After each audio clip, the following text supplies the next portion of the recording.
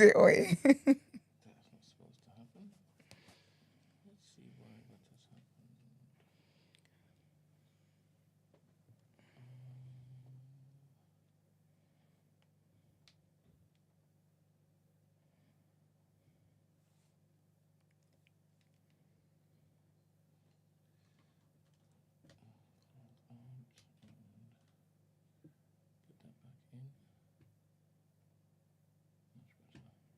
You're like a thief. Like I'm doing sneaky shit. So we're good. We're good. Lovely. This is how you know people are different in technology, because I just thought you just had to turn the camera on. Like, I thought maybe the shutters were down.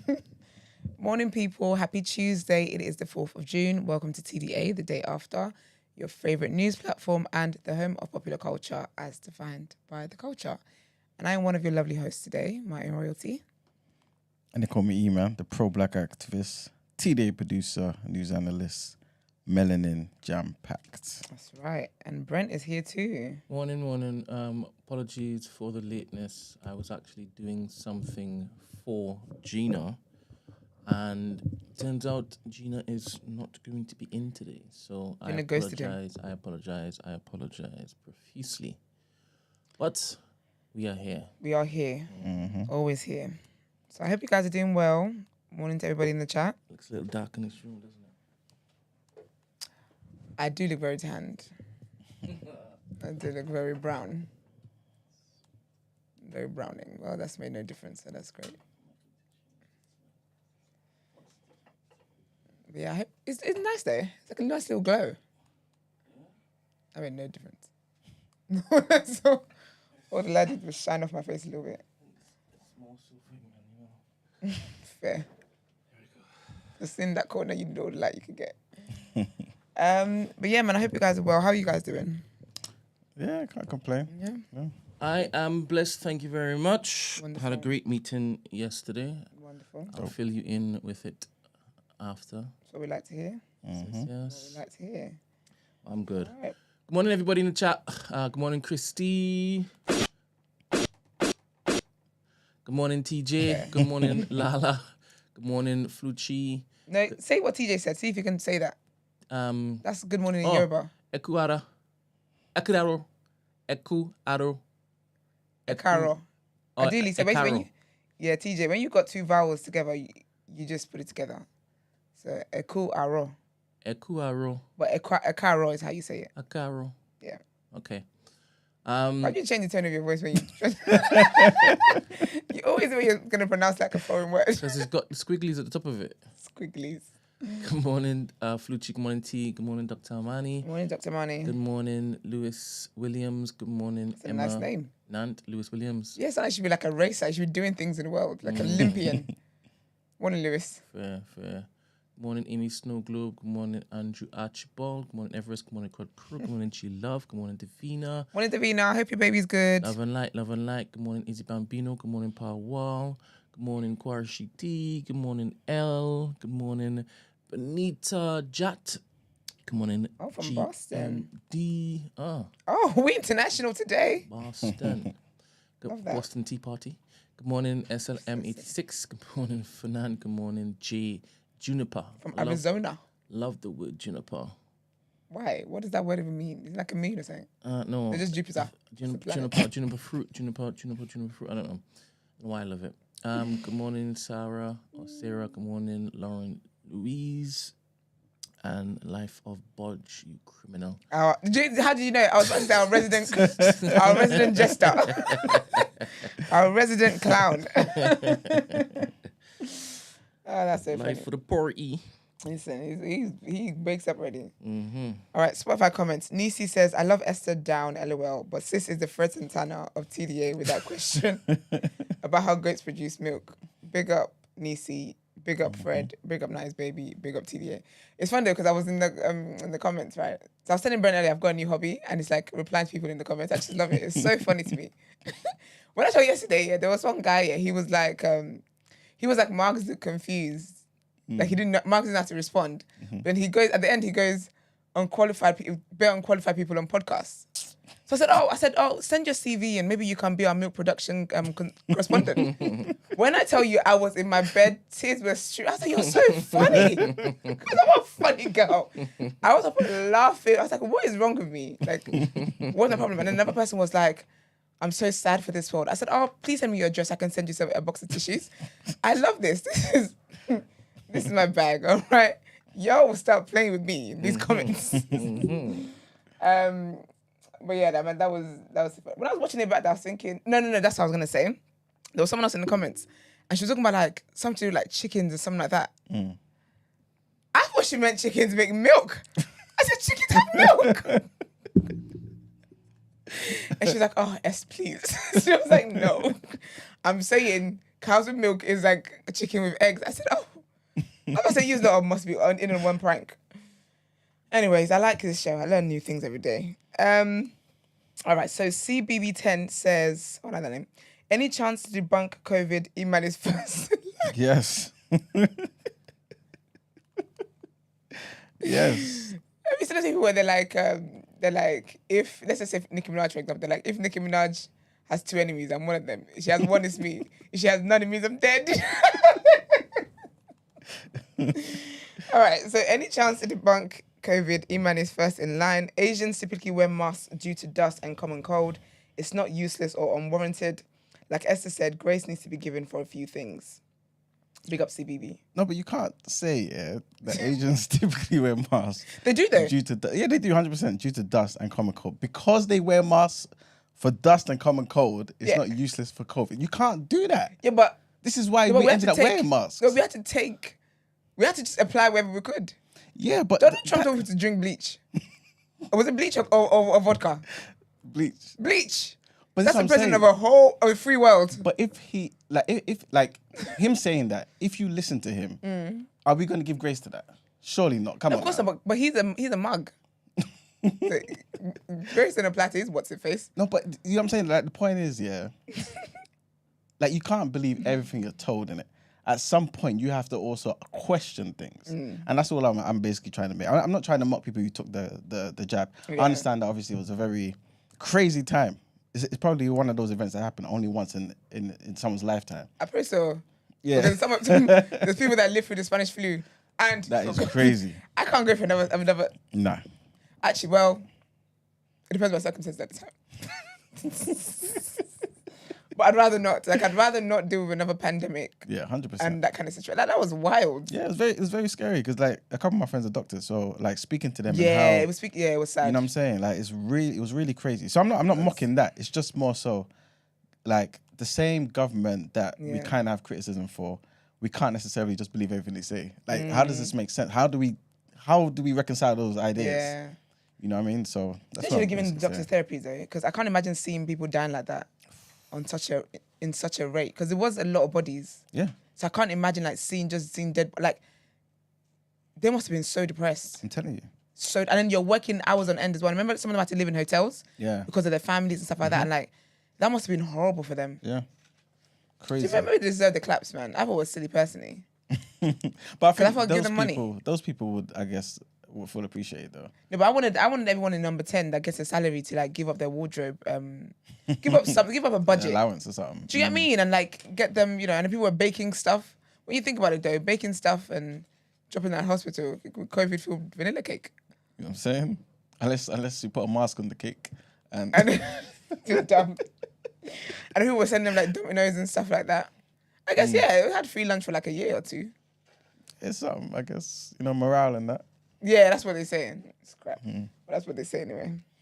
But yeah, it was, what a time, man. Did any of your doctor friends experience the bodies piling up in the hospital and then walking over it and whatnot? I'm not too. I don't want to add anything to the which one is walking over it? Where did you get that from, Brent? No, but I get what you're saying because it was crazy. Like they had. I'm trying to remember the area. Oh, there was a country that ran out of spaces to bury people. Was it Italy or something? Because they're small. It was something. Crazy and I remember they'll be on the news and they'd say that they had no room in the mortuaries and stuff like there was no space to bury people anymore. There's like this. I can't remember where it is, but like somebody who's listening will probably know that there's a center. Yeah. Not too far from like the Docklands area.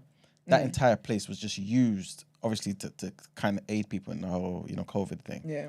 Like, people was just dying like crazy. Like, literally, they were telling me about how, like, you just be in certain rooms and they just give you an iPad to just say goodbye to your family. That's it. You just, like, I've got the COVID thing. Doctors have checked me. They know there's nothing that they can do. Here's your last call. That's crazy. Horrible. And just, like, the numbers and them trying to save people. Like, again, one of my friends was telling me about one crazy thing that happened that's very graphic. I don't want to say in the show. But just the extremes, you know what I'm saying? That's horrible, So, man. yeah, I know, it was very serious, man. Sorry, I'm gonna mute the mic.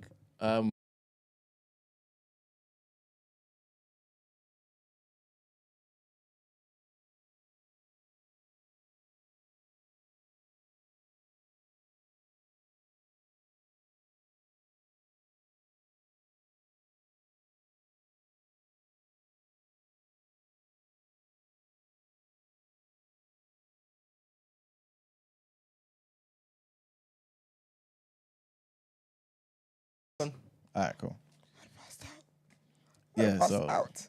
yeah, it's tough, man. Yeah, It's tough. big up the doctors, man. Big up the nurses. Big up health workers. This is why you can't take your foot off of Fauci's neck. Wicked little imp. The imp. Yeah, man. Yeah, man. Sad, man. Sad. But yeah, right. Well, let's lighten the mood. Well, I don't know if it's gonna lighten the mood. It's probably about the Tories. Yeah, but it's about Nigel Farage. So yeah, we just do what we're doing. Did you all see what happened over the weekend with the white people protest? Oh, the racists. Sorry, the hooligans and stuff. Yeah, the thugs. What's that guy's name? Tony something, right? I can't remember. Yes, I don't know. Robinson? That's it. Yeah. Tommy Robinson. That's it. Tommy Thank you. Robinson. That sounds like a racist name. Yes, it's not even his real name. That's his, like, I guess his stage Alias. name or something. It's KKK. Isn't it? Crazy. Did you see how And he the- had little The children kids, yeah.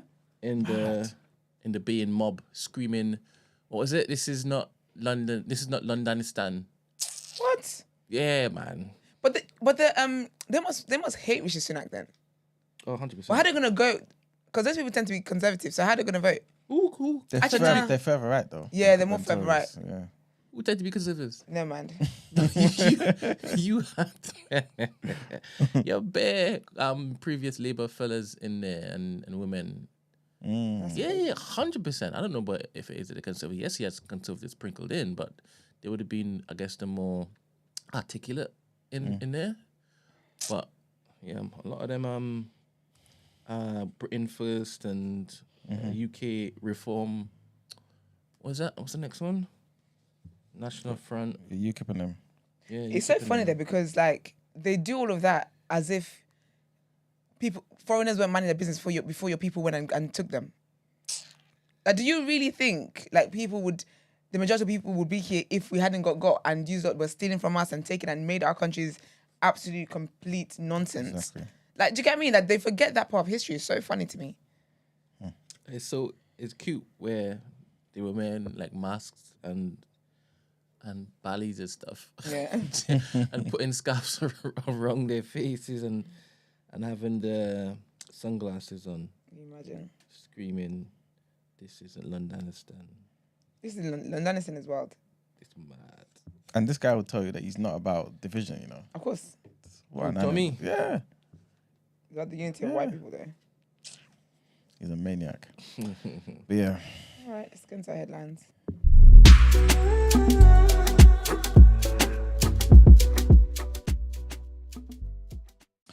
All right, guys. So our first headline, and this is probably one of the biggest things that's been announced, especially yesterday.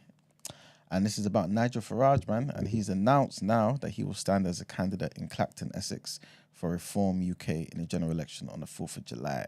So last week he ruled out putting himself forward, instead promising to help what was Richard Tice's party as it campaigned across the country. But speaking at a news conference on Monday yesterday, Mr. Farage announced a U-turn and also confirmed that he would take over from Mr. Tice as the leader of Reform for at least the next 5 years. Mr. Farage claimed that he had a terrible sense of guilt for not putting himself forward when the election was called, saying that he felt he was letting his supporters down. He then described how he had a normal day on Sunday to reflect on his decision, where he walked the dog, did some fishing, popped into the pub, and then made his choice. So he was drunk when he made the decision. He was drunk.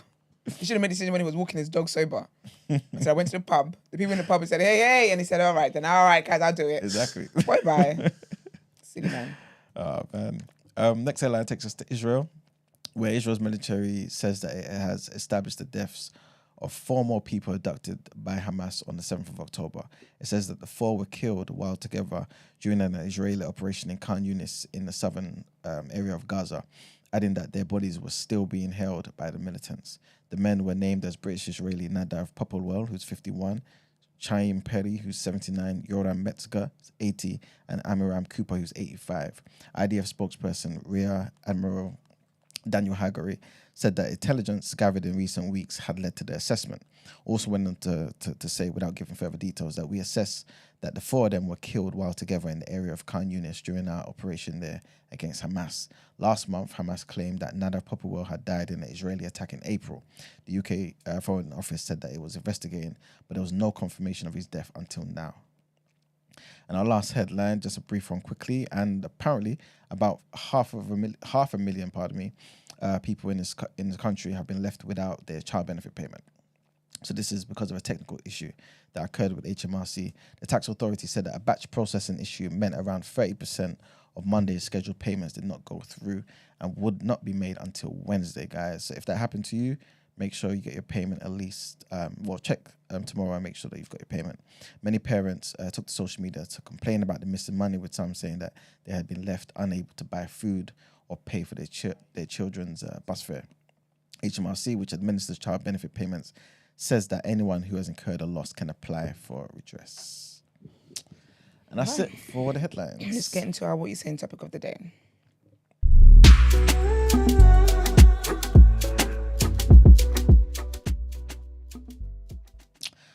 All right, guys. So today's topic of the day is going to be somewhat of a brief one, yeah, but it is going to be something that I feel like I hope everyone kind of takes note about and kind of just thinks about these different categories. And when it comes to deciding where you're going to place your vote, right? So I want to ask you guys, like, what are kind of the main things for you that you consider when placing your vote? And then we're going to kind of go through it all. And then obviously, like we've said to you guys already, in the run up to these elections, we're pretty much going to be hitting these points from different angles and basically see where, I guess, each party kind of ranks in everyone's opinion. But yeah, what would you say are some of the important points that you definitely pay attention to? I feel like I pay attention to like the everyday things. So like stuff like the economy. Do they have plans? Do they actually acknowledge the fact that of what the reality is like for people? Obviously, they've got very nice salaries, so it's very convenient for them to ignore stuff. So stuff like the economy, stuff to do with like employment, jobs. What else is there? So is that more so for the incumbent government, the government that's there now? And how would you kind of use that to kind of gauge how the other parties are? No, it's more for whoever's trying to get my vote. Okay, cool. So if I'm looking at manifestos, I'm seeing what people's plans are. All right. So like what everyone's plans are. Is there people even acknowledging that there is that, like for this election, for example, people actually acknowledge the cost of living crisis. Are they paying attention to like, homelessness? Are they paying attention to the fact that people can't even afford a baby formula and nappies for their babies, like stuff like that. So for me, it's typically the everyday stuff. My car's ULEZ compliant now. If someone talks about not doing the £4 Blackwall tunnel thing, but I think that's done and done. So remember, this is national, so they ain't gonna talk about it. Yeah, they're not. Yes, I feel like that's my thing mainly, to be honest. It's just more everyday stuff that I think that actually affects the everyday person. Okay. Yeah. All right, Brent, what about yourself? One of the first things I look for. Yep. One of the first things I look for is how much are they lying openly. Okay. For example, when Brexit was booming campaign. Yep. All of the whole NHS is getting so much money, and once it's we detach from EU, all that money is going to be going to the NHS. Yep. The bus. That picture that Nigel Farage had. Yeah. Yeah, that racist picture. But for the person I'm looking to replace the current government, what do I look for? I look for how they're engaging the black community, Okay. whether it's inauthentic or not. Okay. With that point there, I don't want to cut you yet, but with that point, do you feel like, it may seem like a silly question, but do you feel like that boat was kind of sailed in that most black people are in London, right? Of course, we've got loads of black people in some of the other major cities in the country, but the bulk of that 3.5% of us would be in London, right? Do you feel like when it came to voting for our mayor, like Natalie was telling us, he or she is the one who controls the bulk of what goes on with everything regarding London, right? And since the bulk of us are here, since a lot of people didn't vote, a lot of people maybe didn't take the time, didn't take it serious, whatever it may be, didn't have a strategy, right? Do you feel like that boat has sailed? And when it comes to national elections, you maybe have to focus on something else or put something else as a priority? I don't think I look at it as though voting nationally is going to be pointless. No, just regarding the point about black people. No. I think you were just saying that if there wasn't a big turnout for the London mayor, and most of us are in London, as you say, why am I looking to care about the national in that manner? Basically, with regards to voting for the things that black people care about. Yeah, that's what I'm saying. I don't think like that. Okay. I still feel as though I am carrying out a particular freedom or liberty, regardless. Okay. So I don't put that in my head, to be honest. Okay. What was the question you asked me before you expanded on that? Basically about the points that you consider. Yeah, when it comes to voting. how he or she looks to engage with the black community in an authentic manner. I remember when Lib Dems said they were going to have free university fees, like drop the fees. That was a big thing for me. At the time, I was going to vote. I bloody voted Lib Dems, innit? So stuff like that, disruptive stuff like that, it gingers me, right? Whether it is that they can carry it out, because obviously they went to the coalition and stuff in it, and that disappointed everybody, and then they lost a lot of faith and trust over the years after that. But I'm looking for a little humdinger. What are you going to do? What are you putting on the table? Because Labour has done a lot to basically leave a sour taste in my mouth. I vomit in my mouth these days when I even think about Labour. And my favourite Jew, Sarah, she was saying that she votes for the party as opposed to the man or the woman in charge, which is fair, 100%. But all they've been doing is showing that the systemic racism isn't going to go anywhere. Yeah. Do you understand? So I'm the same way I am holding conservatives to account for their past sins. Yeah. I have to do the same with Labour, right? I mean, I watched the Labour files. Yeah. I watched it. You understand? And it was so thorough. So I can't shake that. And you're still seeing with Diane Abbott, they're still moving like that. Yeah. You understand? So I hear the whole I vote the party stuff, but the party is corrupt, man. Yeah. The party is extra corrupt because every flipping they're all the same. But this is extra corrupt because you're expecting more. You're supposed to be for the people. You understand? So I guess loud statements. Yeah. We'll see. Because even like seeing that from the other perspective, right? So you don't necessarily support the man, right? Or even the immediate cabinet, but you support the party. What about in those situations where the man, for example, is trying to do something right, yeah, so something good, but the party has a history of doing something bad? In that situation, who are you? Like, what are you doing? Are you basically just going to say, okay, I'll never give this party a chance, even though the leader is telling you, like Corbyn, precisely? Then I would vote for the man by voting for the party. in that situation. Yeah. For as long as it is that he or she can hold out and fight against the coming tide, Yeah. I would look to be as hopeful as possible by giving him my vote. But who is that right now? Who is that? Yeah. Okay, you know what? You did kind of touch on about basically the man, and you said something earlier, which pricked my ears. And this is basically what I want to ask you guys about. Like, how much does character and integrity, when it comes to the leadership, matter to you? Yeah. It matters. How much though? Is it something that's integral to how you vote?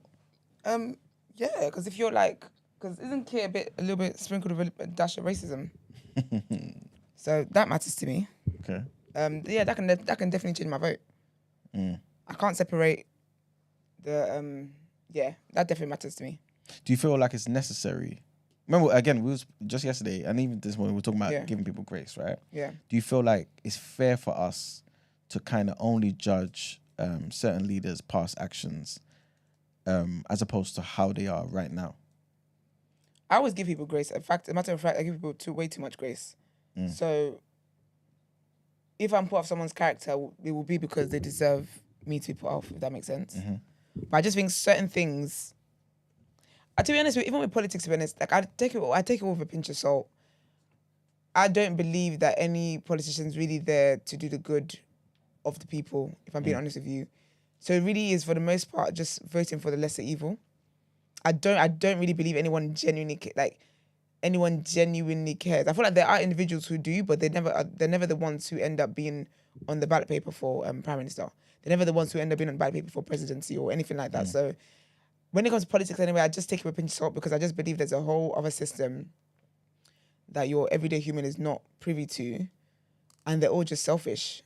Like they're all selfish, and it's all a power play. It's all for their personal ambition. Like people like Nigel Farage saying now he feels like you're letting down. No, you're not. You don't feel like you're letting down anybody. It's for your personal goals. It's just for your personal goals. So they're all shitty people, if you ask me personally. But To be fair to him though, Esther, people do, when they see him, unless it's staged, of course, people do come up to him and ask him. Yeah, but you know what it is though? Yes, they can, but then if he really did care, he would have been done it. It wouldn't be a last minute thing. It wouldn't have been a thing where you went out to the pub and maybe you went to a local pub and everyone gassed you while you were in there. If your heart was really for the people, you would have done it ages ago. Yeah. You don't need to be persuaded. You don't need to have people come up to you on the streets and tell you that they feel so sad you're not doing it. Even all of that stuff is for your ego. So I I have a hot take about Nige. Farry. Tell me if it is you guys agree, right? It takes serious sacrifice to be a racist, a public-facing racist. Serious sacrifice. What is sacrificing? Getting jumped? Well, it depends on where he frequents, right? Yeah. Exactly. Because if he stays in his bits and Oh, yeah, frequents fair. the He's bits safe and there. bitches, he can protect it. Yeah. Because obviously on the off, Tommy's always running with his boys. Hooligan boys, right? So he's got his protection and whatnot.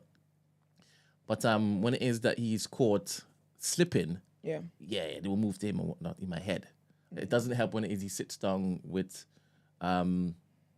what's that guy who got joked up? The black guy. Oh, spray. Yeah. This guy. Allegedly. Okay. Yeah. So my hot take is that when he says he feels like he's letting people down, I believe that he believes that. Of course he does. Because he's put himself out there. Yeah, as and the face of this. racists now patronize him. Yeah. Do you understand? So yes, it's his business, it's bread and butter, but he's gone out on the ledge to say, I love England! Yeah. Where's Nigel Farage from? Because he's no white man with blue eyes. No, he's I believe, bring on check. But I believe one of his parents is something else, man, or grandparents. Kind of like find that Morris. funny. Like, how did they have so much fuel in them? But it's always, I'm not going to say what type of people, But you know, but I swear the brave man, Priti Patel, Rishi Sunak, all look the same. Yeah, but them ones there secured their. Well, not Sunak actually. You know what? Because they all like, why do they have so much fire in them for? Maybe they have cousins trying to ask them to bring them over because they work in the government. So it really pisses them. Like maybe they're triggered. Maybe they're triggered. Maybe it's PTSD from being the one maybe in the families who made it over here, and now it's falling on your head. Heavy is the head, they say. And so when conversations are happening, because I don't understand why they're so like on fire for get the immigrants out. You're an immigrant. Do you know why? It just came to me why I think. Because number one, they're fully assimilated. Yeah. Right? From probably from their parents' generation. And number two, we don't see it because we don't view our nationality like they do. Yeah. Anybody ask you where you're from? Nigeria. Oh yeah, let's say Britain. That's from the jump. So they're fully seeing it like I am the same as Tommy. I'm the same as, you know what I mean, Sally and them. And like they make no differentiation. So, yeah. It's funny though that Sunak is the only one, obviously, of any real note that married his own. Yes, actually. Nigel Farage got a wife. Probably. Oh. When marrying anything these days. It's just, I couldn't imagine waking up next. That's a jump scare in the morning, boy. You know, he's probably a catch for a lot of women. Who, Farage? Yeah, man. Yeah, for sure. That man that is like Kermit the Frog.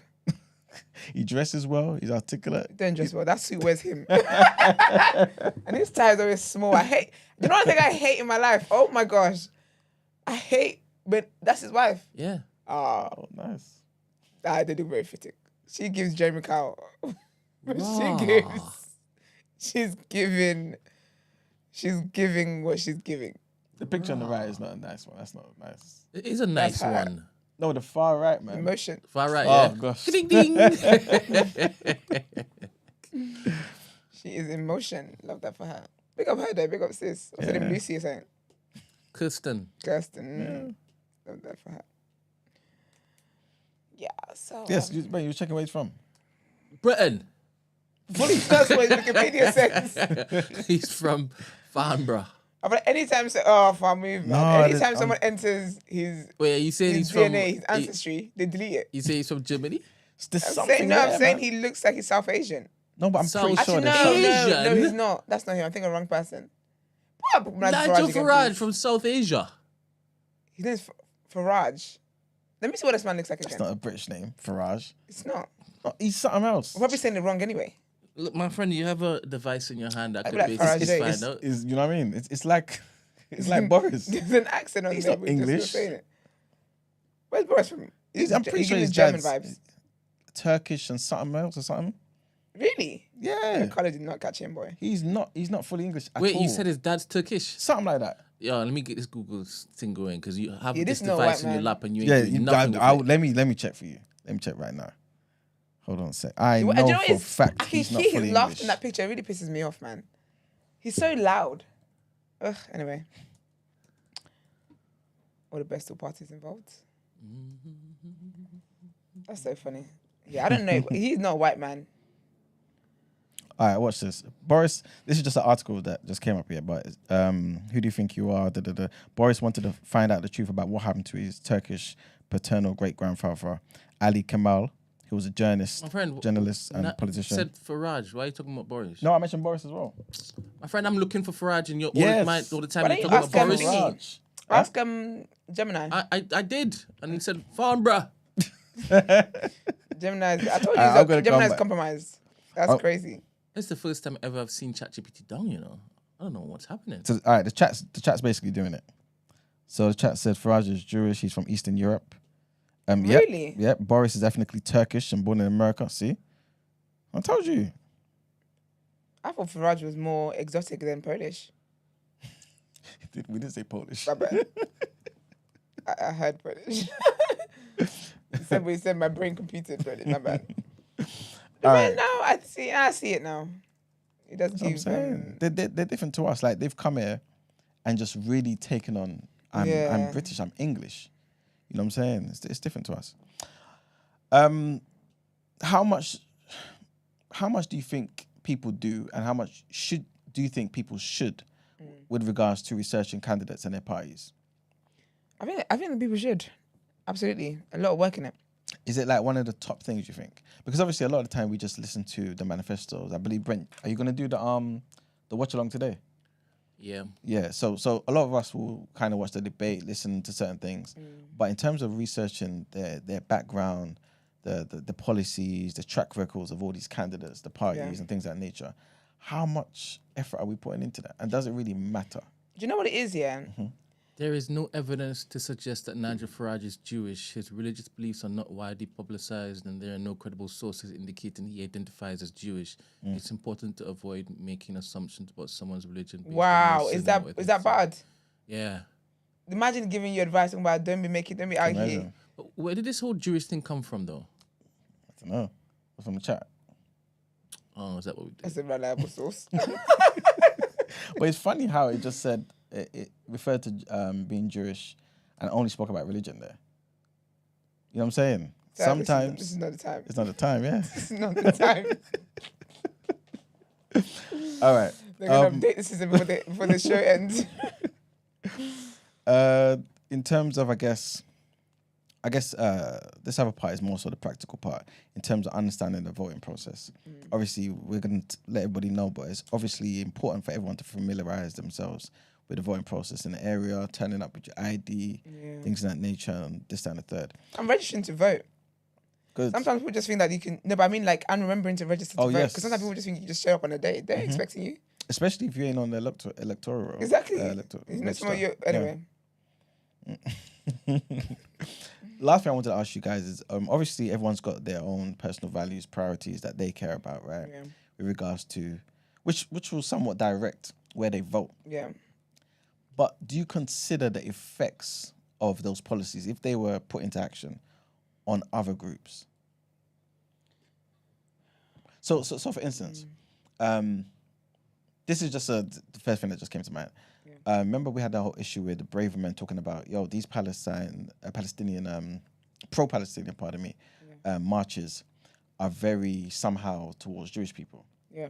Obviously, she was just talking rubbish and trying to inflame things that didn't exist. But with regards to that, right, let's just say we had a government that was pro-Palestine fully. Would you, because you are pro-Palestine in terms of them having their liberation and not being victims of a genocide and things of that nature, would you also care about the effects potentially on the innocent Jewish people in this country and how people who are, say they're pro-Palestine, may kind of use that as a blanket to kind of, I don't know, just make them feel threatened? You know what I'm saying? Like sometimes we can get what we want, but there's some adverse effects on people who don't get. Nah, man, because I'm just equating it to if it's about black matters and like say the Black Lives Matter movement, I'm recognizing that or something positive to do with that, and how it would affect white people. I don't care. Like I wouldn't care. No. Does it depend though? So, I think. Okay, go on. Yeah, I think it can depend, but there's just some things where if you're making like if you're centering yourself in other people's struggles, I'm not going to care for that. If it was a thing where, would I care? I'm trying to think. The example I was going to say was if it was a thing where like maybe the Black Lives Matter thing meant that some white people were going to move out of the neighborhoods and stuff like that. Well, they can move. They do that with gentrification anyway. So I feel like it really depends. But for the most part, if something is about like a social issue for a particular like a group of people, like imagine now they say that actually what they're going to do, say they're not going to stop and searching black people more, where they're going to increase it with white people because black people have been complaining. Yeah. I'm like, I don't care that white people, no, you get stopped and searched too. Do you get me? So it really depends on what the matter is, on what the social issue is. And if the other party is just making themselves a main character in someone else's story, because people do that. Sometimes it's not about you, and you've just assumed that it's about you. Like saying that people, what's it called, protesting for the pro-Palestine marches harms Jewish people. How, Sway? Yeah. They're standing up for their truth and what they believe in. They didn't say go and do this to Jewish people. They didn't say, they're not inciting violence, inciting harm, inciting anything. They're just doing what they believe in. So sometimes if you make yourself a main character in someone else's story, I'm not considering that. That's a good point. You're telling me white people are scared because there's Black Lives Matter marches going on. Stay at him then. Well, what if it was a funding thing? So let's just say, for example, it was a Black Lives Matter thing. Yeah. And they allowed marching to go through Dalston Market, for example. Yeah. Or Walthamstow Market, one of the big markets, right? Yeah. And that meant shutting down businesses. Yeah. Right? Or potentially the council saying, cool, all of those businesses that are not owned by black people, to show our solidarity, let's make sure people who are black and they've got, upcoming businesses, you take over their stalls for the duration of, 2 months, every weekend that there's a march. Yeah. Now, that may sound like a good thing to us, right? But what about the people who obviously had those stalls? Yes, of course, the council will reimburse them. But that money may mean that our council tax rises. Yeah. Do we care about those effects there? No. Okay, cool. Because if everyone was on code and decided that to wanted to fight against racism, we wouldn't be at this point. We wouldn't be at this point. So if it's such an issue and if it's going to be such an inconvenience for your life and blah, blah, then stand up for truth then so we can get it over and done with and come up with better ideas so we can get it over and done with then. Nah. Okay. Yeah. Okay. Brent, what about yourself? Do you think about the potential adverse effects on other groups if you get what you want from your party? Does it matter to you? Do I care that the party that I have voted for only cares about me and nobody else? Your needs. It's not only you, but you know what I mean? Like, one of the main things that you voted for them, I don't know, like, you got that particular thing, but that meant maybe funding in other areas that affect people's everyday life has kind of gone down. That's an interesting question. Yeah. Only because you specifically just care about the black community above any other community. Yeah, 100%. So your answer to that question would be, I don't care about the adverse effects of other communities. I don't think I'm like that. Okay. Because I'm currently seeing what they're doing to another community, and because they're also my enemy, not the other community, but the people are doing it. As in, bad people are my enemies, by the way. Of course, of course. I want them to stop, and I will look to do anything to amplify that message. So no. So as in, yes, you would care.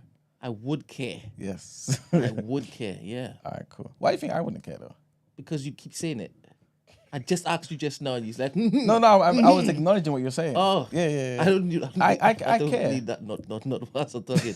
I was actually saying, is this what you believe in? It depends. It depends. This is why I gave the reason that I gave. Sorry, the example I gave to Esther about, for example, raising our council tax, for example, stuff like that. Yeah, that may mean that as much as we can march, black people can march, it also means there may be a strain on black people's pockets.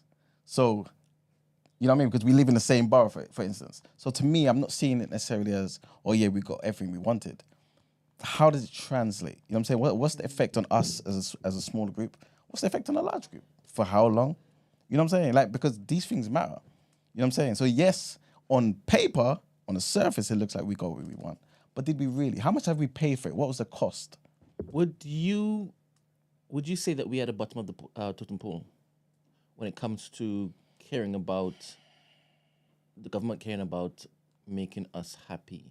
With regards to race, right? That's how you want to make it. Or do you just mean any category? The reason why I'm asking that is because I don't always think it's about race. I think sometimes it's about class. You know what I'm saying? So are you asking me to mix the two? Or are you basically saying when it comes to race, are we the bottom? Or when it comes to class, are we the bottom? Let's say class. Okay. Who's predominantly in the lower class? Or the class in which white people gets peed on? White people's probably predominant in every class because they're the biggest population. Because yeah. Fair. So it's a good point you made because that's a good argument that you made for conservatives, isn't it? That's not my intention, but all right. It just happens to. Yeah. The shoe fits. It's just a realistic observation. Run the question back to me again. I think you asked the question. What did I ask you? Do you think black people are at the bottom of the totem pole? Yeah, before that question I asked. The reason why I asked is because I think I was trying to make a point about the previous question. I think you're talking about the adverse effects. How much do you care if you get what you want, right, from your party that you've chosen? What the point I was trying to make, thank you very much for nudging me. So if we were at the bottom, Yeah. if they look after us and cater for us, chances are everybody else gets a blight. Because we would be the most impoverished, we would be the most neglected. And if it is at looking after us, then everybody else in that particular band would be blessed too. Okay, so if you're talking about working class, for example. I'm asking. I'm asking a question first. Yeah. Okay, cool. I'm following you. Yeah, ask me a question. I don't think I have either. I don't think I have. Let's revert back to the original question you asked me. Cool. Adverse effects. You get what you want, right? But do you I care? care about other people. I care about other communities. Okay, cool. I happen to be like blighted with that particular curse. Cool. Black people tend to be blighted with that particular curse. That's true. That's why when it is that you see those people selling big issues in the streets, they go and say, God bless, big issue, and then they put their hand up. Because they know black people like to give even though they have nothing. People like God. Yeah, for real, innit? Okay. They're okay, never mind. What are you going to say? You saying the traffic people? Yeah, some of them. Yeah, it's a big ring. Yeah, it's quite sad. They done a couple of documentaries on them, innit? Yeah. I've never watched that one though, but So now I give them money and I tell them, no, I don't want a magazine. You keep that. I was so surprised when I watched that documentary to find out that's where my pound was going, buying big issue. Can you tell us a little something about it? Big issue. I've never watched Stop one it. of That's them. not what he means by tell. Don't That's not what he meant. Stop saying the title. So apparently they have all of these particular people selling big issue, begging in trains, outside of trains, all sorts. They, bring their children and whatnot. They sometimes they bring sticks so they look like they're disabled. You see them everywhere, and it all goes back to a big fat person. Yeah. Company or person? It should be an organization. Every company is a person. It's definitely an organization. That's horrible, man. Yeah, it is. Yes. Big All issue. right. Cool. Thank you for that, Brent. Big I issue. feel like we kind of touched on everything, to be fair, and obviously, like I said earlier, as we get nearing 4th of July, we will kind of go through all of these things, and hopefully we can interrogate all these different ideas with regards to every party. You know what I'm saying? So that everyone, because like many people are kind of looking to TDA to kind of, I guess, get some steer on who to vote. Yeah. You know what I'm saying? Many people are like really are done with the Tories, obviously, pretty much everyone is, and feel some way about voting for Labour. Yeah. You know what I'm saying? So Question though, Emmanuel, right? When the network is up and running, right, and we have full programming running through, right? What are some of the audacious initiatives that we are going to roll out? Especially if it is that during these times, you're saying we don't have enough power to do this, that, and next. How brave and bold are you looking to have TNB be as it pertains to sculpting what the next 50 years might be? Because you would have to start somewhere. You would have to start something somewhere. yeah. What would you be looking to roll out? Let's say in the long term, what would you like? Let's say in 50 years, if it is you deploy something today and you know that diligent, consistent commitment to messaging and massaging could reach somewhere. Where's the somewhere that you like to reach? Very broad question, but I know it's broad. feel I will be throwing it in a second. I think one of the main things for me is making sure that I guess TNB truthfully and faithfully represents black people, right? No, I want a bit more focus on this. Oh yeah, I'm getting there. Okay, cool. Yeah. So what I'm saying is, so that I guess obviously we invite people from every party, right? Especially obviously as it pertains to the election, and we ask the questions that the people want asked, basically, right? Stop. Stop. I can get there just now. Okay. What would you like to see in the political sphere, right? Same way where they're talking about Labour, we're talking about Conservatives, we're talking about Green Party, we're talking about Reform. Debates. Reform never used to be here before. All right. Okay. 50 years, I said. In the next 50 I get what you're years, saying. I thought you were talking about programming. Okay, cool. we're going to be using That's that as a another vehicle. thing. Oh, cool. Yeah. Almost definitely a party, man. All right. What does that look like to you? Because we're only 3 points. It's nearing 4 at this point. Yeah, we're trying, man. Yeah. Each time we keep saying 3, it's nearing 4 at this time. Keep having kids, babe. Again, I'm not going to live in fancy world and feel like, you know what, a party that pushes pure blackness is going to be the party that wins something in this particular country.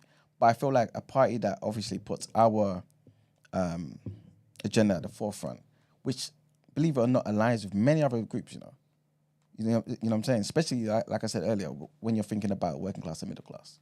Many people, especially the messaging, if we speak to the people in a way that's understood so they understand that a lot of our issues, a lot of the things we care about kind of coincides with what they care about, we can present the party to the people as a real viable option. Like you mentioned before, Reform UK has done that.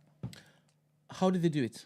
What are the steps needed to even form a party? Because they've done it. 100% they've done it. Mm-hmm. How did they go about doing that? I can't tell you the intricate steps of how they did that, all that, the party. But big part of it was promotion, was in terms of the messaging, was in terms of being out there. And are there some legal... Yeah, but I don't know all of that stuff. Yeah. Because in my head, you can't just say, hey, no. You need to register, you do all that stuff. So I'm not too sure about how that particularly works. Yeah, not right now, but yeah. And but of course, we'll do all of that. Huh? We'll do all of that. 100%. Mm-hmm. But if you need MPs, as in for certain constituencies, yes, wouldn't you then have to make sure that the majority black cities, towns, would then put forward somebody from our community, 100%. community, and then find the next one. Do you know any of the famously black entrenched towns? Oh yeah, like we know Birmingham, Manchester, Bristol. Yeah, it's quite a few, man. Especially those towns that have the legacy of, you know what I mean, like Windrush and things of that nature. There's a lot there to build upon, 100%. Are you sure? One big thing though, I think, would be attacking London, man. Obviously, you guys understand. Don't chop up the sound. Yeah, this is what happens when you get demonetized, man. Mm-hmm. I know what you mean, but exactly. the AI that detects these things doesn't. Please elaborate. Okay, so basically, I mean, like focusing on London. You know what I'm saying? People, that is crazy. Do you think? Of course, we can bloody get a black mayor. Yeah, this is what I'm saying. Surely, right? And that would change a lot, you know. You know, it would.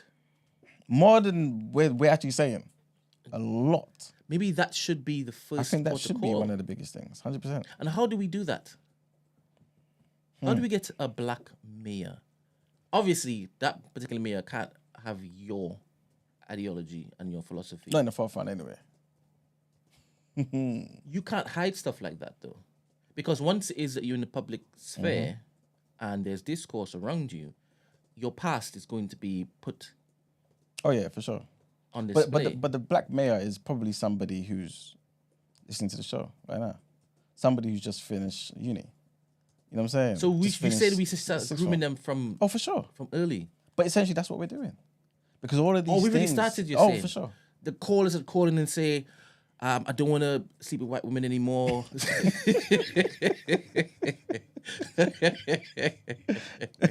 I don't want them ones. But don't you think that we, as you said, you would need to be sneaky about it? So you need to appear like you are for more than what it is you would want them to be. There's a way of doing stuff. Because, I mean, we just look at history, right? That there's been different approaches. This is all entertainment, by the way. I've decided for the last 5 minutes before we move on to the next topic, we'll just, theorize, right? Like history has shown us that there's been different approaches to the same sort of goal. And some approaches have been more acceptable to the masses than others. You know what I'm saying? People like Du Bois, because he seemed more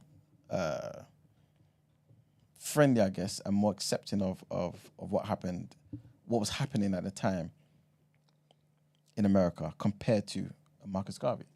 You know what I'm saying? like, you know what I mean? But overall, they want the same Should sort of we thing. be following case studies from America?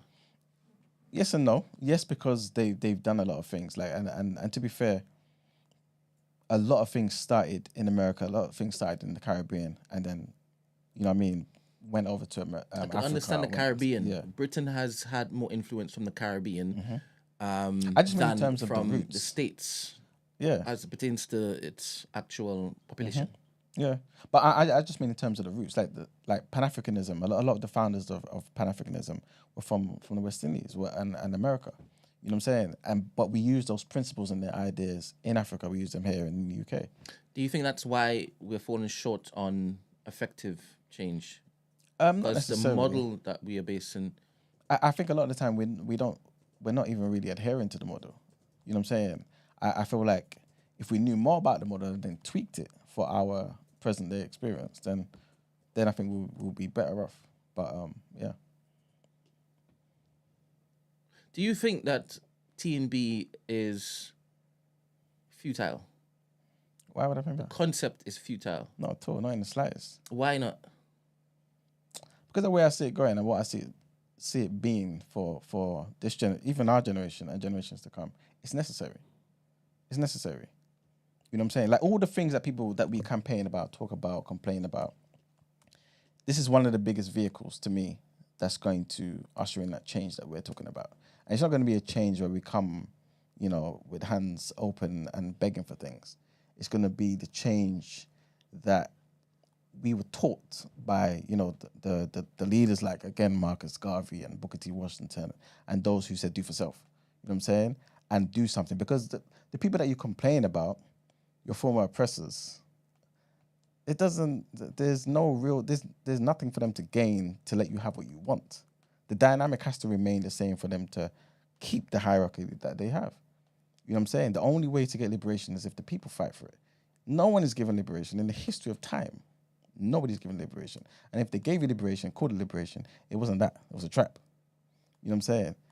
Everyone who's got freedom fought for it and did it themselves. You know what I'm saying? You may have allies here, there, and, you know, whatever. But you have to be the ones who put your neck on the line. For what you have in mind for the network and its programming, do you think a black mayor who has been endorsed by this particular network can last long As a mayor of London? as a mayor of London, I think so. the main city I believe so. of the UK, 100%. Britain, You have to remember, the UK? this is why strategy is important. And this is why we shouldn't talk too much about the strategy on live. But strategy is key. You know what I'm saying? Because you have to know how you're packaging what you're packaging. That's it. The views of many of these people, politicians now, like none of us should think that we know the deep views of Sunak right now, or the deep views of Boris Johnson and all these people. What you see is where you get to some degree. But there's reasons why things are planned for years in advance. You know what I'm saying? There's reasons for that. Wouldn't we also need to take up space in certain merchant industries to facilitate proper, sustainable? Yeah, business is key, man. That's why I say economics is everything. So it wouldn't just be us grooming the next. No, but remember the blueprint, TMB's blueprint is one that opens our people's eyes to the need for business. You know what I'm saying? Our own businesses. Economic self-reliance. You know what I'm saying? So All are that's key. you suggesting that TNB is going to use its the wads of cash that we're going to be generating off the back of a fantastic model to start owning certain businesses that currently are owned and controlled sparking. And also just starting and sparking. Because remember that this is the age of AI, tech and all them type of things there. To some degree, tech knows no race. You know what I'm saying? Like, we can start these things and change our reality. So if you've got the platform, the finances to fund those people who've got those brilliant ideas that I know black people have, because we're born with that natural genius.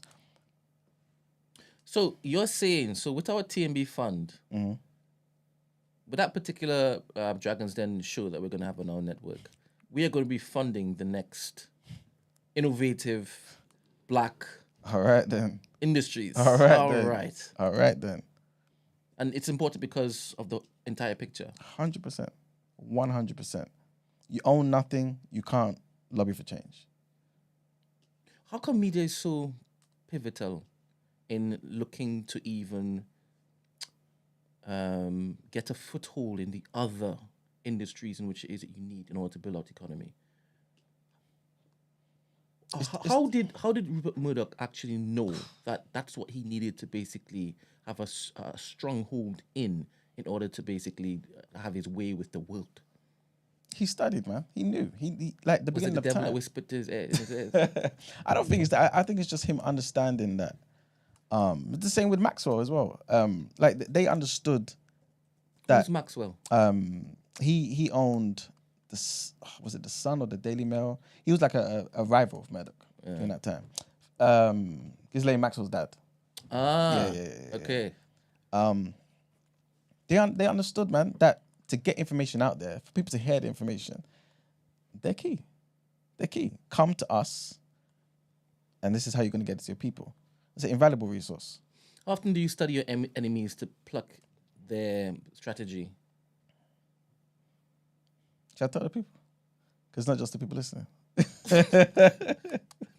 It's not just the people listening, but Is that a way to just dodge my question? hey, Dr. Khalid said, why is A DJ? no? I didn't know when he got his doctorate. Who's Dr. Khalid? Oh, Dr. Khalid Abdul Muhammad, legend. NOI, he's passed away now. He passed away. You know what I'm saying? Rest in peace to that legend. Do you get vexed when I have an aversion with you mentioning the NOI stuff? No. You let me there, man. You asked me the I led question. you. You asked me the question, right? No, I'm saying, should've just acted. do you sigh internally No. when I have no time for the NOI? No, at all. Why? Don't say that, though. But because... I have said it. Don't say it. Why not? Don't say it. Anyway, I'm saying to you, yeah. Because everyone's different, Brent. Everyone relates to different organizations. I remember Stokely I'm a Carmichael Christian. said... I'm a born-again Christian. You realize that, right? Put that aside for a minute. Stokely Carmichael said, I don't care what organization you join. Just join one. Just organize. That's what he said. You know what I'm saying? Like advising black people. Because Stokely Carmichael? yeah, Kwame Ture. He's the one who basically gave us black power in the 60s, civil rights.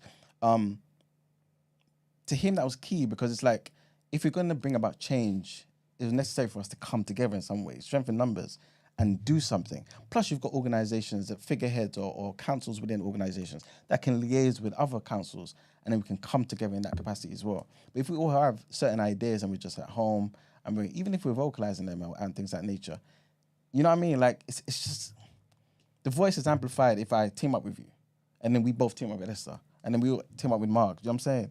So, yeah. I don't mind that people don't necessarily gravitate to this particular group. No, as long as we gravitate to, I guess, some group or we create a group. And TMB is here, baby. You know what I'm saying? So, yeah. All right, cool. All right, guys. I think we can move on from there. All right, let's get into more headlines.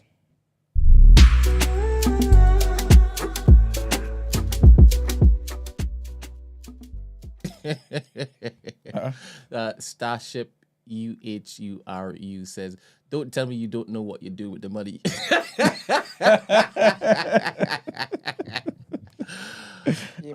This was all planned. This is us drip feeding certain aspects of what it is that we're doing. We're fully aware of what we're going to be doing. For sure. All right, so our next headline, The Guardian, basically they put an article and they basically telling the people that they understand that Miss Diane Abbott will be reselected to fight her seat at a meeting of the Labour Party's executive on Tuesday, today, despite having suggested on social media that Keir Starmer was a liar, right? We didn't need her or anyone to suggest that. We've seen it for ourselves. Okay. In fact, I can't believe I forgot this. But if you don't mind, I wanted to play a video after this, yeah? It's in the topic of the day part, just so that people can kind of see what we're dealing with. But yeah, sources have said that Mr. Diane Abbott will be on the list of candidates picked to fight the general election that is rubber stamped by the NEC, the National Executive Committee. Starmer said last week that Miss Abbott was free to stand as a Labour candidate after days of speculation that she could be blocked. Abbott said on Sunday that she intended to run and win for Labour in Hackney North and Stoke Newington, and denied the report that she had been offered a seat in the House of Lords if she agreed to stand aside in the constituency she has represented for 37 years. Because there was that rumour going on that, look, we'll give you a seat in the House of Lords if you step down. They're just trying to offer different things to basically get rid of a lot of the left-leaning Labour MPs. She then apparently tweeted a link to an article by the Starmer biographer Tom Baldwin, headline Starmer on Abbott. I've actually got more respect for Diane than she probably realises, with the words "more lies from Starmer." She deleted the post shortly afterwards. One party insider said that Keir had said that Diane is free to stand, and that's that. We want to get through the NEC meeting and concentrate on the stuff that voters really care about. Suggestions of internal splits don't help with that. That was their thingy. And also, YouGov polls. I referenced it last week, I believe, when I was talking about how the percentages went down. At least the gap between the Tories and Labour went down from 20% to 12%. Long story short, the YouGov poll right now shows that Labour could be on course to win a historic landslide, with the party expected to win a 194-seat majority. It would be the highest number of seats of any party at any election since Stanley Baldwin won a majority of 208. In what year? 1924. That's disgusting. That's disgusting. Crazy. Sky News, they partnered with YouGov for the campaign, and today they published the first of their free polling projections known as MRP. So if you guys are interested, you can check that out. And this basically suggests that the UK is on the cusp of a major withdrawing of the political landscape. It also projects a Tory wipeout in large parts of the country, a Lib Dem surge, and the Scottish National Party. They believe they're going to be losing over half its seats in Scotland. This is if the election were being held right now. The poll has Labour at 422 seats, up 222 compared to 2019 results based on new constituency boundaries. And this is the highest number of Labour seats on record and a much bigger majority than anything else since the Second World War. And the last part, basically new research has come out suggesting, or not suggesting, it showed that contraceptive gel that men can rub on their shoulders to lower their sperm count is safe, effective, and starts working more quickly than other similar methods. Then you should have pressed the horns. Because honestly, if men could just take contraception, that would really save women a lot of things. Like the amount of growths women have in them, like the changes that happens. There's links to, what's it called? But this is not factual. I know you don't like to calm down. But I've known people who have had like growths where they've had to check whether it's cancerous and stuff because of contraception and stuff. It's the damage contraception does is mad. So that would be really good. They could just speed up technology for men, and men could just do that. But then men are not very responsible. You think everyone should just come off contraception and just abstain? How's that realistic? Not necessarily realistic. Because I'm thinking about, obviously I'm not thinking about fornicators, I'm thinking about marriage. There you go. We don't want to have kids. What's that's what you could tie your windmill. What do men do? The testicles thing. I don't know. That's something to me. Yeah, they could do that. Vasectomy. There you go. Vasectomy, that's it. Yeah. So what? You just rub this on your shoulder Yeah. It just your starts boys working. drop considerably? Yeah. Like, does it just disappear? Wait, your It boys? just reduces it. It reduces it. Yeah, This your is sperm The count. boys. Oh, okay. Yeah, it lowers their sperm count, man. The gel basically lowers men's sperm count to the threshold deemed effective for contraception within 8 weeks on average, right? This is faster really than good. this is faster than the 9 to 15 weeks seen with male contraceptive injections. I ain't never heard of them injections in my life. I heard of them. How much goes through though? Because you just need one bad boy, innit? What's one? You know, one killing. One wiggly. One rebellious one. So have they tested all of this? And like, Yeah, they where, would have, of course, they would have. where are the results? Boy, they're there somewhere. Research, if you want to look, I'm sure they'll have the results. Can you imagine what that looked like? Imagine testing that out The there. experiment. And Can you then- imagine how the experiment? No, but I'm giving you the baby. No, what I'm saying is, They have to put in my contract that if I get pregnant from this stupid shoulder rub not working. can't you just test to see the wigglies in just you? Oh, Yeah. yeah. Wanking. Yeah, I think that's Yeah. what they'll do. That's what they do. I don't think they'll try it on like go and have sex with someone and see if they turn out pregnant. And that's very risky. That's why I said you can have the baby. Would you take that job? £50 an hour? Of what? What? Well, to take this, no chance. No chance. First of all, what he asked you and what you answered is very different. So we have to address both. What do you say? Both is to address. What are you saying? No chance to taking this contraception? Yeah. That's crazy. Why? I don't want no contraception. Yeah, but then what if your wife wants to be on contraception? All So right. you wanted to risk cancer? I don't when want you could anybody just have, to, you could just have. No, this is what I'm saying. I don't think. Yeah, clear your throat. Clear your flipping throat. Listen, remember, I believe in having loads of kids, so I'm fine with it. You know what I'm saying? So, but I'm. Because You you're know the what one I'm in saying? labour ward. Can you imagine? Yeah, like I'm trying to have like 10. So I'm not fine. married. 10? Yes. I'm You not ain't bring them married. little kids up to TMB headquarters. These kids just making noise all up it's a bloody crash. They'll help, man. You know, No, man. free labor and that. Fair. I'm not married. But in theory, like, what do married people do In it to not get pregnant. who have beliefs like you, Emmanuel, in theory, Okay. to not get pregnant and still entertain sex? I think they do what most people do, just put condoms on, innit? That's it. You don't need to be rubbing stuff and messing up There's your, no way. your biology. I would say I'm on. Theory, Yeah. that's what you do? I don't know what you're talking about. I'm just saying that people just do that. You know what I'm saying? Fair. So you currently use I contraception? don't know what you're talking about, bro. I'm just saying. In theory, you Forget about currently me. use contraception. Forget about it's not about me. Hypothetically. It's not about me. I'm saying that that's what people do. You know what I'm saying? That's funny. Yeah, man. I think I'd take the rub. I mean, think you my- put my- rub my- on your abaniki and stuff on your body, right? Instead you use rubbish shit. Right? You know how that goes. When he gets sick and whatnot, No, but all over. no, but like this to me, this is just crazy. Like it's just messing up your biology, man. Yeah. Nah, man. What Yeah, if it lowers your sperm count and don't go back up? But again? you but then, believe in but science. then, He's but a then the women's science is man. worse though. He's No, a science man. But I'm basically saying Point. I'm agreeing with you Yeah. in terms of like women. Again, obviously, I can't tell women what to do. Because you know But- condoms split as well. Yeah. all the time. Burna Boy said some of you are the product of a torn condom. So, I don't know, man. Boy, man. Either Anyway. way, according to the researchers, from the Contraceptive Development Program at the U.S. National Institutes of Health, they've said that this could make the birth control choice more attractive to men. So yeah, the 222 men that took part in the trial rubbed 5 milliliters of this particular gel on each shoulder blade once a day. And yeah, man, the Pick up products. them, man. Like, not all heroes wear capes, man. Why is it that I think that a lot of men would be up for this? I Because think they a will lot see it would. as bareback and Yeah. no responsibilities at all. Nosewood. You think that's... Because in my head, men are running around saying, I want to have children. They're not, but when They're ducking it. But you know what's Yes. mad there, Brent? You would think that. You But, say they're sick. No, you're right. no, but you would think that, but they wouldn't be. They wouldn't be up for it. When there's conversations about like contraception stuff, men get really, really hot and bothered about it. Talk to me about that. Because it's selfish though. Because they're not the ones who have to deal with it. They're not the ones who have to deal with the consequences of your weight fluctuating, of acne when you're however you're like all the effects of contraception just based on your mood, on this and whatever else.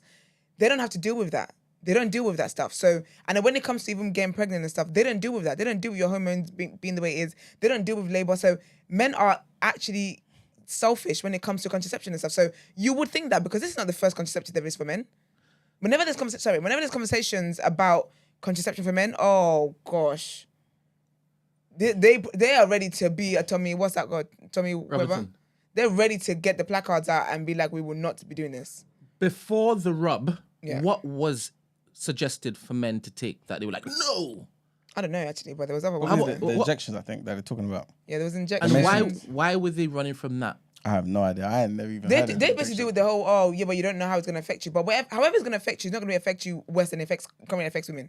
If people are getting cancer, and they're like, and it's like they're getting fibroids growing in them because of all these things. However it's gonna affect you and your little sperm, it's not gonna be worse. Check than how it affects my women. take. Go on. From everything that you've just said, Yeah. are the concerns that women have to deal with each time Yeah. is that they want to lay down with a man, right? Yeah. And in those circumstances, a lot of women insist that the man puts on a Johnny. Yeah. The man doesn't want a Johnny because Yeah. apparently man doesn't feel as good. Yeah, you don't need them. I mean, You're right. So if You don't even try to fight back. So You don't even try. I'm an African man. if in those circumstances the woman is saying, yeah, sure, I will take the Virgin Willy. I'll take it raw, right? You just need to rub this on your The back. morning show. You just need to rub this on your back. I said, really? As in the gel. Yeah. take it Just raw. need to rub. Let me do a massage and I rub it on your back. I rub it for you, Yeah. and then you can basically enter, right? Why are men running around screaming no? Because especially if there are no side effects. No, but you know what is? But the thing with sometimes some guys here, like, you know that whole oh I'm a man, here you go, oh my gosh. So like I feel like they just feel like it goes against their nature. I don't know honestly sometimes some things are not difficult for a guy to do, but they just don't want to because they feel like I'm not a man if I do that. It's very weird. Tomorrow I want to ask Marks this question. Personally, I think what should happen. I think like I've been told several times in this room that women are the ones that control sex, isn't it?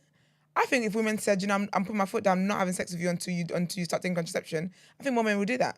100%. I honestly feel like I'm a foot down kind of girl. Because I'm not having a child. And the realities of having sex is not, even with contraception, you just never know, man. You might just have one defiant egg and sperm in there. You just never know. And now everyone's acting confused when I'm pregnant. That's true, because it's not silly. because remember, this is not perfect. It's not always 100%. But at least it's still something. Suppose the man says, hey, I'm willing to get this Abaniki rubbed on my shoulders, but you have to sign a waiver to say if it is that something does come true, then it's not on me. That'd be stupid because even the scientists that created that said that it's not 100%. So why would I do that? Oh, so that you're giving men a reason to say no. Am I interested? No, men don't need me to give them a reason not to say no. Men are already giving themselves a reason to say no. No, 100% I hear that. 100%. No, but no contraception is 100%. So, and any guy that's asking you to sign a thing, he's just a piece of shit because he can read, can't he? So when they Even say the condom it's you not rather 100%, use, it's not, is it like sometimes like 98%, 99%? Yeah, because you always have to say. But they can never say that it's 100% because should something happen, then it opens floodgates to suing. I'm right, and that's how I'm seeing it. Because say for example, they say 5 mil, but then you do 3 mil. How are they going to prove that you actually did 3 mil rather than 5 mil? Yeah. So then if they say 100%, you can sue them. Yeah, so yeah. it opens the floodgates. So a lot of them are very effective. They are effective. It's like a one in a whatever case, or you haven't done something properly. That's why it's happened. But they can't say 100% because it opens the floodgates. And question, in general, do you think that men are out there looking to have children? The kind of whatless men? No, they're not looking to have children. They're looking to have sex. But then when the children comes, they act confused as to how the No, child came. 100%. That's my point. Yeah. In general manner, the whatless men that run around just having sex left, right, and center. Are they out there looking to have children? Nah, not at all. And It depends actually, because if they got like a mindset like E-Mans and Nick Cannons, But most is he a won't, though. whatless man though? no, he's just interesting. He's an interesting character. Mm. I wouldn't say he's not worthless, But but Whatless. he's not. I'm not Caribbean. I'm not gonna have people say I'm culture appropriate. He's not worthless. However, the mindset of wanting to have 10 kids and 15 kids and 20 kids and it's irresponsible. It's an irresponsible aspiration to have. And in my opinion. And I don't think that they're out there looking to do that. I mean, I can't speak for certain Someone like your other stereotypes friend. of West Indian men, right? Yeah. I can't speak to that because I've heard some people from their mouth say it's about spreading the love, building a nation, even though you're not looking after the nation. It's wild. that's crazy. Absolutely madness, but I've heard that, right? I think this will be I think it's great. I think this will be, especially amongst young men, Yeah. 100% they're aboniking up. Just put it exactly like just act like you're creaming yourself. Yeah, I definitely think it will catch on with time. To be fair, that most things. And Just I take can it will. time, also innit? see it being abused by certain like individuals. For example, they might be like, "Let me give you a massage," and then they will mix the it in, woman? Yeah, I would. and then I hit you with a Delilah situation. Samson, how did your hair grow? allegedly, Allegedly what? because you could get sued for that. For giving you That's no consent. shoulder ointment. That's no consent. All right then. All education, guys. It's This is deep all- heat. sorry, entertainment. I said guys. It's allegedly. all- Actually, to be fair though, what am I talking about? Actually, no. Scrap that. Because sex is not deep for me. I'm very big on putting your foot down. I really feel like if women put their foot down with a lot of stuff, we would not be in the predicament that we're in. People, all these threads online and all these crying TikToks. We don't need. There's no need for all of these things. If women just put their foot down and we're like, actually, no, I'm not going to do that, and that's that. How do y'all even look to unify anyway? Y'all don't know. We can't unify. It's impossible to unify. Why is that? Because you got pick-me's. You got different variations of women. You got pick-me's, that the proper dangerous ones. Very dangerous. And then you got pick-me's that like social media pick-me's, but they live differently. They're online talking about, don't really care about men, but then they're under a man's armpit. Then you got pick-me's that are in denial that they're pick-me's. They don't realize that they actually are pick-me's. And then you got women, you got extremists, like extreme feminists that are like, oh my gosh, everyone should be lesbian. No. And you got too many variations of women that, it's we can't be on the same wavelength. Do you think that white women unify more than black women? Don't they have all those different denominations of women too? They do, because that's how radical feminism started. It started with white women. No, I don't know. I don't know. I don't know. I'm not in the white culture like that to know whether they unify or not. But I think that with women, the way society is set up, women have been raised to audition for men. So you have that in every race, in every single race. You always have women that think differently. The women that are more individualistic in the way they think. Women that don't feel like their entire life should revolve about whether they have a husband or not. So I feel like with every race, I don't think it's a black woman thing. I think in every single race you will have the same problem when it comes to women, because the one problem is not women, it's men. It's men. Yeah, it is. Because we live in a patriarchal society, so men have put out ideas that they want women to subscribe to that benefits them. A lot of things benefit men. Like, why are you having a child for a guy that's useless? Like, it's crazy because he didn't want to put a condom on. Like, what you do, you're putting yourself in harm's way. Do you know how sensitive the vagina is? You can pick up hella STDs, hella STIs and stuff. And it's like that being irresponsible. And that even like, anyway, let me not get into a whole rant about it. It's mad how, what happened? No, it's on me the whole time, isn't it? Why? So what? Yeah, wondering why, man. Wondering, I wasn't talking. It's hella mad that back in the feudal times, right? Yeah. When there were rampant diseases flying left, right, and center, and there was no knowledge about the type of STIs. Yeah, they were just dropping dead. Yeah. Dropping dead. And now it's so different. We have so much forensic knowledge about the flower, the nectar. Yeah, but it's crazy, man. It's crazy. And I want to survive. I think we still haven't finished exploring. No, because there's a lot. How powerful that organ is.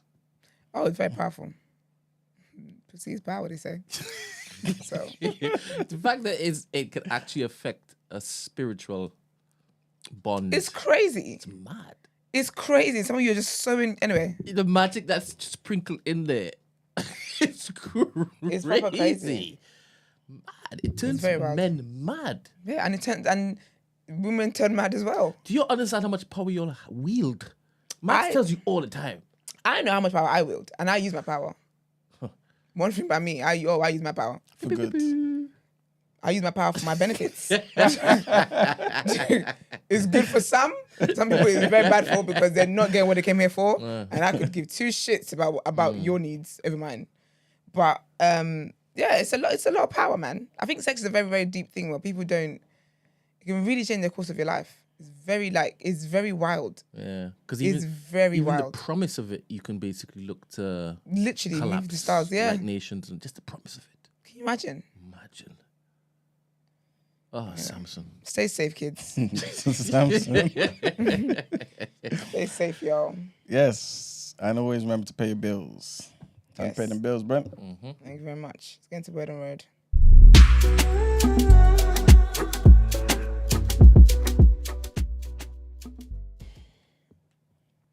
What are we discussing today?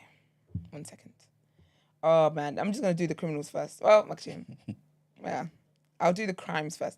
So I've been talking about Sean Kingston for like a week now. So basically, he's been extradited from, I think it was from Florida to Miami, something like that. No, from California, sorry, to Florida. And he's currently in jail. He's got a $100K bond. And he's facing 10 charges, including grand theft and fraud accusations. Basically, I feel like one of them, I'm sure one of them is to do with like, something about like getting a TV. So basically, he's trying to get stuff here. Talking about, I'm Sean Kingston. I'm friends with Justin Bieber. Justin Bieber's got enough on his plate. But anyways, yeah, so basically some of them is like stuff that you haven't paid for and da-da-da-da, and obviously it's fraud and whatnot. But yeah, Sean Kingston's going through it. It's very, very sad. Hate to see it, all in all. Trigger warning, sorry, Brent, if you could put the thing up. Mm-hmm. Kanye West is being sued for sexual harassment by... That dude is a deviant, you know. Did you see Kanye West? Kanye. Yeah, it's a Kanye West. He's being sued by You say, damn. Yeah. by his former assistant for sexual harassment and wrongful termination. Wow. And she's saying she started working with him in 2021 when he was preparing to launch the Yeezy fashion line. She was also like collaborating with him on a few of the Donda songs and whatnot. But basically, essentially, one of the terms of her employment was that she'd be available to him 24 hours a day, 7 days a week. And she accepted that. That's fine. That's what PAs really are for the most part. You can ask me? Did I read right where she used to be OnlyFans model? Yeah. And as you said, she helped him on a few of his songs. On Donda, yeah. In what capacity? Yeah, but that's because she's on OnlyFans. We don't know what she's doing on OnlyFans. But because she's on OnlyFans doesn't mean she doesn't got other talent. As a musician? No, but she's like his assistant, so it could be anything. It could be contact this person, Maybe that's what it Don't mean was. like she's not the producer of the tracks. Yeah. But I mean, she it would have made didn't some kind give of detail. contribution. I just wanted to know. Yeah, I didn't give detail, but she would have been like, yeah, because if you're in the studio and you're helping with, like, there's many things she could be helping with. And then, so basically, she was earning $1 million from OnlyFans, but then he basically raised it to $2 million a year to compensate for her loss of income. I guess she was very, very talented in being an assistant. Anyway, she basically says that that basically was sending like very crazy messages, like very vulgar messages, basically. And one of the messages says, "See, my problem is I be wanting to F, but then after I F, I want a girl to tell me how hard they've been F'd while I'm F'ing them. Then I want her to cheat on me." This is what one of the texts said. That man is not okay. And apparently as well, like he would share like explicit details of sexual acts he wanted to experience. He would send photos and videos of him having sex with other women as well to her. And then she said she also got like intimate photos of his current and former employees as well, like men and women. He was sending all of this to her. And yeah, she also says like another time, one of her allegations within the lawsuit is saying that allegedly he was masturbating while they were on the phone, and he was asking her about her boyfriend's penis sizes, and also forcing her to remove her cardigan while she was in office because it was too much covering. Apparently, she was too covered. And apparently, one time as well, he locked them in a room together and he masturbated next to her. Oh, come on. And then he fell asleep, and then he said that he got angry basically after she shut down advances to date or have sex with him. And then he promoted her to like chief of staff of his companies and offered her $4 million salary, and then a month later he fired her basically.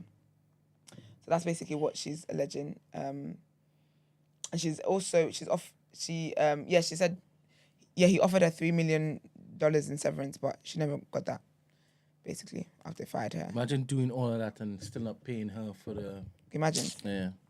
So yeah, man. So that's what that's about. We will see. We will see what happens with all of that stuff. But the exposés this year are just crazy. Very, very crazy. Speaking of exposés, one of Brad Pitt's children, so he and Angelina Jolie are going through a divorce for claims that he's abusive, and there was an incident on the plane that was the last straw where he was basically abusing her, the children, choking them, was a whole thing, allegedly.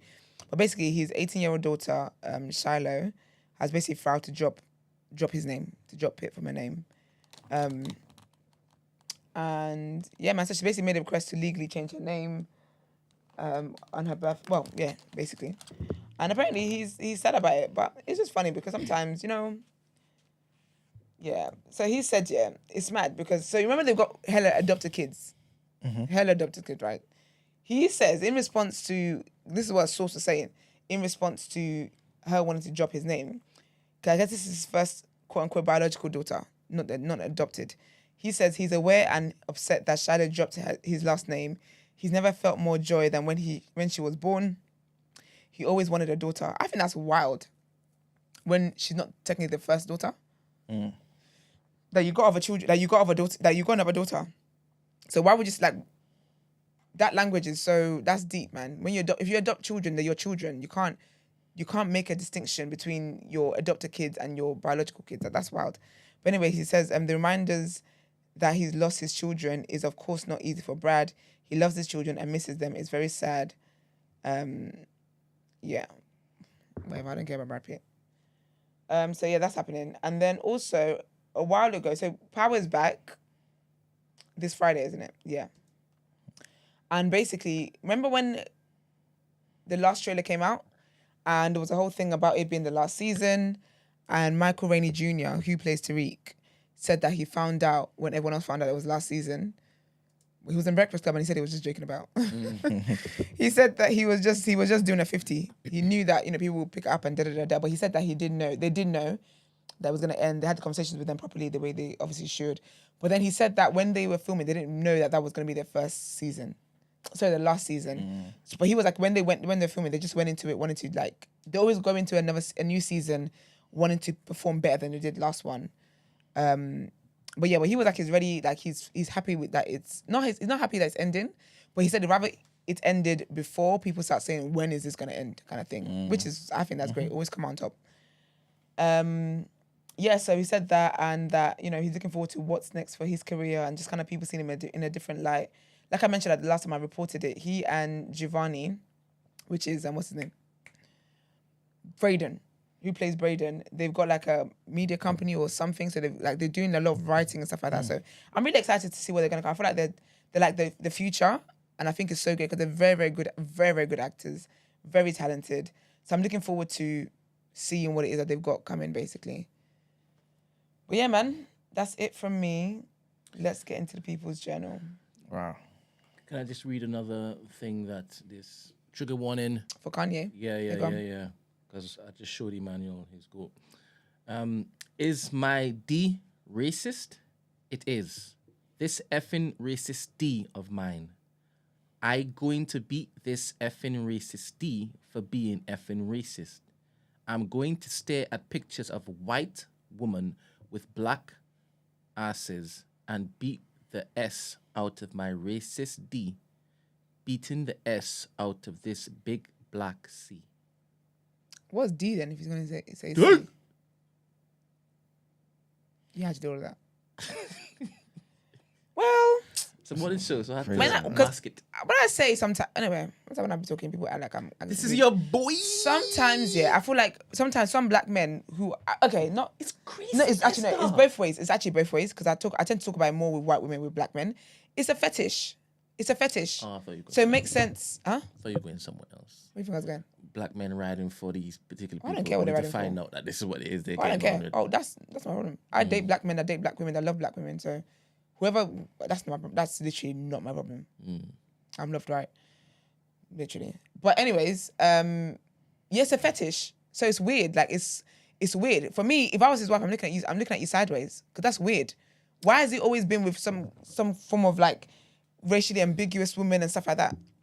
You know damn well I can't see far. Oh, he's got a type. It's like, yeah, of course he's got a type. Yeah, because you know, remember his wife Bianca. Yeah, they're identical. Yeah, yes, Bianca, he's got a type. Yeah, they all look like Kim Kardashian. They all look like Kim Kardashian. Because when his new wife and even the girlfriend he had before his current wife, they all literally have big bums. They're all white women, skinny white women with big bums. Just imagine he's gone to OnlyFans to get the PA. Can you imagine? And what did you expect? And they said I would double, triple. She must have been doing a good job there. She's getting $4 million. It sounds as though he's basically paying her to like entertain all this stuff. Sorry. I said something and my friend caught it. It's what you caught as well. Oh, okay. Yeah. It's crazy. Like, his wife should be looking at him sideways.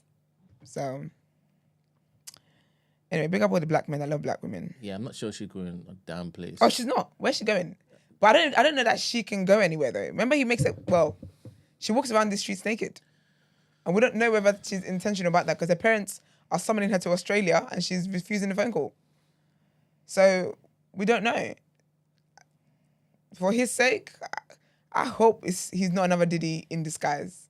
Attention is an addiction, isn't it? Oh, absolutely. But he's mentally ill. He's mentally ill. Kanye is I'm not not just well. talking about him, but her also. Oh, I'm definitely talking about him. No, but I can't make any judgments on her because I didn't know her before, and I don't know if she's a victim of anything. So I can't pass any judgment. I can't say that she is, and I can't say that she isn't. So I can't say that she's doing things for attention, because all people know her is Kanye's wife. Like she's not. I don't think there's any benefits of that she's getting from being with Kanye. It's not like Kim. 120%, right? Question. Yeah. After this escapade, Yeah. the next person who follows her, Yeah. would you be like, oh, can't really say if it is that she's a victim or not? Well, the next woman that marries That Kanye. follows this one. Yeah. That marries Kanye. Yeah. I definitely am not a fan of. I think there's certain traits that men have that for me I just don't. I would never. I don't care how much you change. Stuff like abuse. Well, that's it really. Stuff like all the abuses. I can't know that a woman that you've abused a woman, and then I'm gonna come and be like, oh, he's a new person. I'm not wired that way because I feel like there's a screw loose that makes people be abusers. So I can't do that. I don't, and I think it's less than smart when women do stuff like that. But you tend to find that the women that do stuff like that make excuses for guys like that.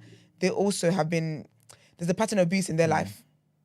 Do you get what I mean? So they're not thinking like somebody. They're not thinking.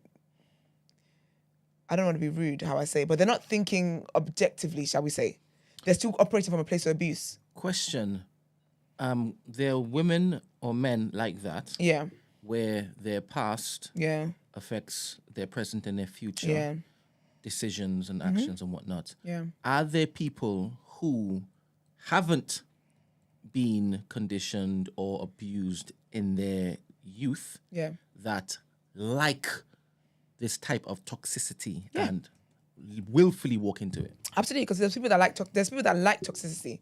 There's people that don't know how to dwell in places, in situations where there's no chaos. And some people normally say it's because of the past, the youth. But are there examples that you've seen where it's not because of your youth that you're basically running headlong into this particular lifestyle? I would say no, because I believe that a lot of things that shape the way we think and stuff has actually come from our youth. I think sometimes trauma doesn't have to be something that's like drastic. You don't have to have seen your dad, harm your mum, or your mum harm your dad, or it doesn't have to be drastic sometimes. Sometimes it could be like you maybe weren't shown enough attention as a kid. You might have been slightly neglected as a child. No one really cared. Like you were kind of told to shop all the time, or you just never really felt safe in your environment. Not because anything was happening, your body just didn't feel safe in places. And so when you then are with someone, like the way abusers work, they're very, very manipulative, and they make you feel like you're the best things in sliced bread, and then they hurt you, they harm you, and then they make you feel that again. Do you get me? It's always that. So sometimes people don't have to necessarily have been in a abusive situation to take that on. But also as well, it could be something that you've noticed, or it could be something that you witnessed, or you might have maybe one of your friends, maybe their parents, something happened in their household one time you went there. Like, it's very fascinating how our experiences when we're younger really can shape the way our brain works. Is very, very fascinating. Like when you listen and like read studies and stuff like that, it's mind-blowing. So sometimes you don't have to necessarily have been a direct victim of abuse, but yeah, if you live in an area that's not very, like, there's so many things that can affect people basically. But I believe that a lot of things with us, I don't believe any human being is just how they are just for the sake of it. I really believe that there's things that shape you and condition you to become who you are and have the character and traits that you do. Why I say that is because, like, sin is sin. Yeah. And it affects people, like, differently, right? If it is that you welcome it with wide arms, willfully, it's going to basically have Consume an effect on who you become as a young adult and then as a full-blown adult, right? And it may not be, well, I guess your argument might be, well, they didn't get Christ's love when it is they were young. So they had no examples of decent living. Not necessarily. I didn't say that. I personally, my school of thought, the way I believe, I just don't believe that people are the way they are for no reason. There's a reason why there's a reason why people have the trait that they have. There's a reason why I talk fast. I don't believe that there's anything that just happens to be how you are. There's a reason for each thing. That's my personal belief. So even if someone is with somebody who's an abuser, after you've heard like 6 other women say that the bad abuser, or whether it's one woman or whatever it is, there's a reason why you felt like you wanted to go there. And sometimes, yeah, it could be toxicity, but then you have to think about why did that person like toxicity? Do you know what I mean? Like, what about the toxicity makes them like it? And again, sometimes it's just attention. Some people want attention, and this is the person that's showing me attention right now, so I'm going to be with that. But even that need for attention, that desire for it, has come from somewhere. I just really believe that every single thing comes from somewhere. I don't think things are just how they are. No, I hear you, and I guess I could ask you this question, Emmanuel, about one's innate goodness. How do you feel we come into the world? Oh, it's a mixture of nature and nurture, I think. But I think you just come into the world. It's a combination, man, because obviously we know that certain things are passed on genetically. You know what I'm saying? Huh? So yeah, there's that too as well, actually. You know what I mean? So, you know, that's going to shape you. That's going to mold you as well. I can't say what percentage that makes up, because I think it differs from person to person anyway. You know what I mean? People have different thresholds. Sometimes people may seem very sound and stable, and it just takes one thing to kind of just knock things out of balance. And then the rest of their life is just, you know what I mean, just managing that particular thing that they're dealing with. But yeah, it varies, man. It varies. Cool. Yeah, man. Wonderful. That's it for me. Let's get into the People's Journal.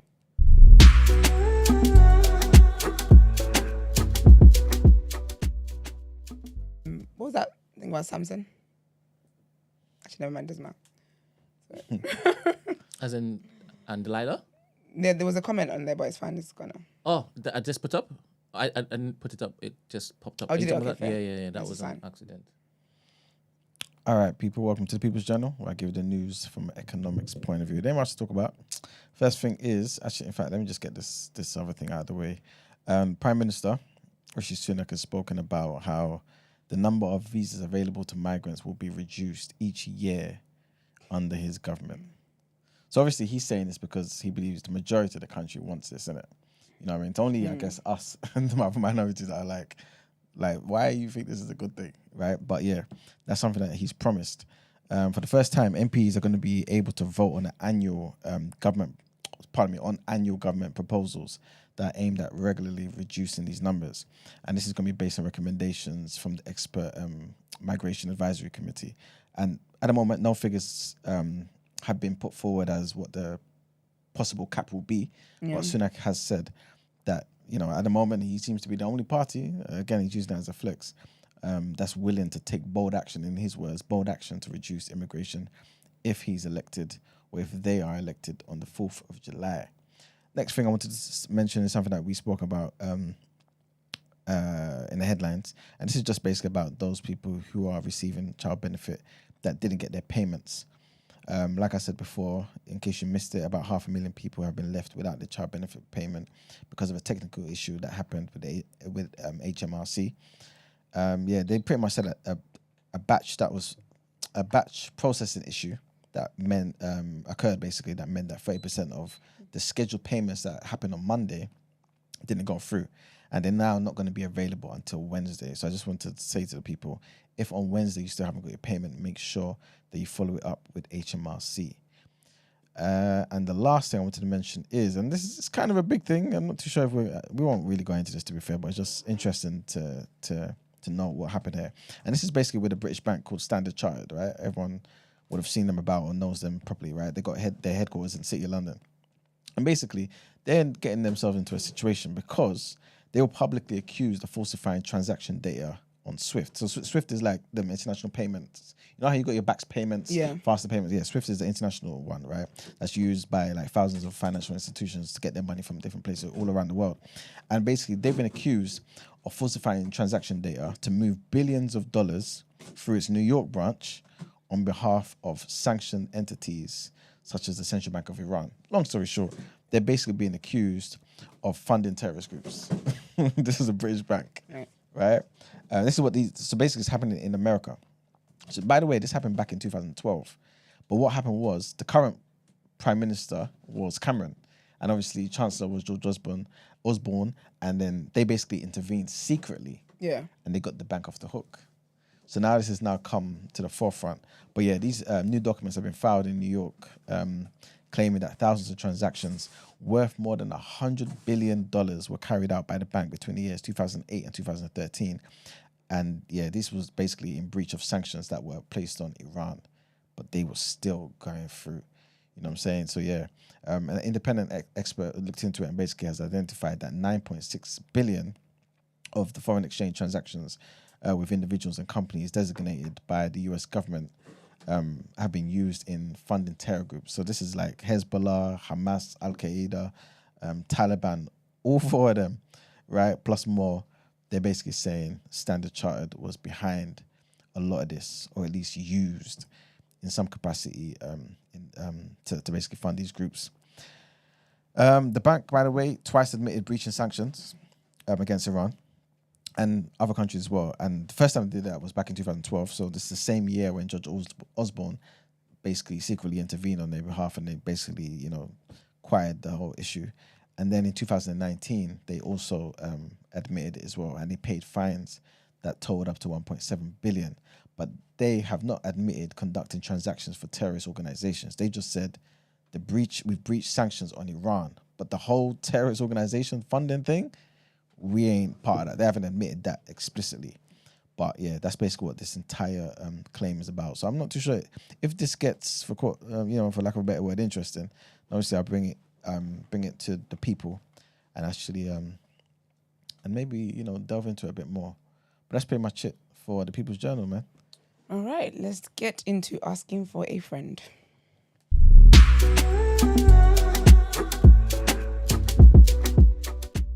10 it is. I just used the wrong scene. Oh, I didn't clock, babes. All right, good morning, guys. Keep up the good work. So at the beginning of the year, one of my fasting points was to get into a relationship, as I had been single for a few years now. I really prayed to God about it, and fast forward a few months, a guy that I had my eye on for a while started talking to me. We talked for a bit and started hanging out frequently. I really like him, and so far he has been good to me. We have been officially dating for a month now. Love that for you. However, he's not so good. He has a not so good past, but this is hearsay from other people, mainly his ex. And whenever I ask him about it, he says people are always out to get him. Oh. He does admit that he has dated a lot, though. I'm conflicted with this relationship, to be honest. Why is it him specifically that came into my life after the prayer and fasting? I've got answer for that. I've got answer for that. Is it from God or is it temptation from the devil? Is the latter. My conscience is not fully settled in the relationship, and every time I tell myself, and I'm certain that I'm going to end it before something happens, that makes me want to... No, so every time I'm certain I'm going to end it, something happens before that makes me want to stay. Like, he reassures me.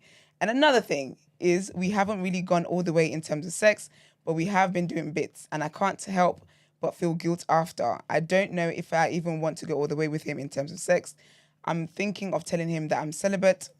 Again, would I feel like this if it was from God? But then again, why him? I really like him. Am I just scared? Should I end it before things get really serious, or should I just go with if I die, I die? Auntie, and see what happens. I have been praying about it, and honestly, all I'm getting is silence, or maybe all the signs that make me feel off sometimes is actually God saying, leave, sis, and I'm just being ignorant. So, I don't think you should leave the situation. I believe, when something is from God, things from God always come with peace of mind. Whenever you find yourself in a situation where you're not sure if you should be the person, there's just too many things about this person, it's just not sitting right with your spirit. Your spirit is convicting you that this is not the situation for you. There's a reason why you haven't gone all the way with him, and I don't think you should. I think that if you feel guilty after doing bits, you're definitely going to feel absolutely worse after having sex with him. I also think that so I'm for praying for a partner. I'm for committing these things into God's hands. However, I think that sometimes people get very, very engrossed in this prayer for these things that at the sign of anything that could appear to be your prayer answered, you sit there. So whereas you should be using discernment to figure out whether something is for you, because you feel like you've been praying for it and you've been fasting, you automatically just feel like, oh my gosh, my prayer answered. Like, God doesn't work on our time. God doesn't answer prayers when we want something to be answered. I was listening to a sermon this morning. It was talking about how Abraham, how long it took when God said to me that you were gonna have a child and whatnot, how many years it took for him to have said child. Moses, when God said, yeah, you're gonna lead people to Israel and whatnot, the promised land, how long that took. Like, do you get what I mean? So God doesn't operate on our time. Furthermore, the devil plays games. Oh, honey, the devil plays games. The devil be playing games. And I think sometimes people forget, like, you got to think about the story of Job and how the devil went to God to ask for permission to tempt Job. Like, the devil can do things. The devil cannot harm a hair on your head. He cannot kill you. He cannot destroy you. However, the devil can definitely throw obstacles your way to throw you off course. So I feel like, not for nothing, but I feel like this is a distraction. I feel like this guy here is to distract you from what God actually really wants from you. Anything that's from God, trust me, the peace of mind that comes with it is very telling. So personally, I think that you should leave the situation. I don't think that your heart is at peace. And as someone who's been in a situation where I didn't have peace of mind and I was ignoring it, it only gets worse. And unfortunately, the work to be done afterwards, of course, God is faithful, God is gracious, God is loving, God is merciful. And he will see you through whatever it is, but it's just not worth it. Like I always say, it's never worth it disobeying God. It's just not worth it. So yeah, personally, I would say that you should exit this situation. I don't think this is a situation for you. The fact that there's just too many things there is not it. And I also think I think people have a past. I don't think there's anything wrong with people having a past. But I think that if I ask you about your past and you can't be honest and open with me, and you're telling me people are out here to get you, first of all, that's signs of anyway, yeah, I don't think that's right. So personally, I would cut from the situation. Yeah, I would cut from the situation. It's only been 1 month. You ain't got much to lose. So that's my advice. Is someone on the line? Morning. Call back, please. I guess not. What do you guys think? Yeah, I think you pretty much hit the nail on the head, man. Yeah, I think just if you're praying for something, just because the first thing that comes your way, like, you know what I mean, that it doesn't mean you have to use discernment as well. Discernment is important. And if you now maybe your prayer and fasting was to equip you with the discernment to know that this first person that's come here is not for you to you know what I'm saying? Yeah. I'm not saying what is for you. I'm just saying that don't necessarily think because you prayed and fasted that this person who you had your eyes on before you prayed and fasted, by the way, is what you want. You know what I'm saying? Yeah. So, yeah. Hi, I feel like, guys. morning, Gina. So 1 second, babes. You're I feel right. like that's the thing. I feel like sometimes we pray for stuff here, and we think that God answers prayers in the way that we want it to be answered, but actually it could be something else. And you're right in that maybe this period of praying and fasting was teaching you discipline, was teaching you discernment, was teaching you like so many other things. Do you get what I mean? But then because of the answer that you want, you've just assumed that the first guy that came up and the guy you always wanted, whatever God wants for you, yeah, like it will come for you. If this is someone that's always been there, or you've always had access to, he's had access to you, and it never clicked until now you're praying and fasting and you think that, because this is God's time. But you would just, again, that lack of peace is the biggest answer, man. But yeah, sorry, Gina. How are you, babes? Yeah, I'm down bad, but I'm fine. But basically, I'm going to agree with what you were saying in the sense that there's just way too much confusion happening. And it's way too early for all this confusion. Like, if this is like, this is meant to even be like honeymoon period. You get what I mean? Like, you're meant to be wanting to get to know him and like enjoying the experience. But if already you have so much conviction, I think that's very telling. And you'll be silly to ignore the conviction that you're feeling. And if you're feeling conviction and you haven't even gone the full distance, Lord knows what's going to happen when you do. So I think don't ignore how you're feeling.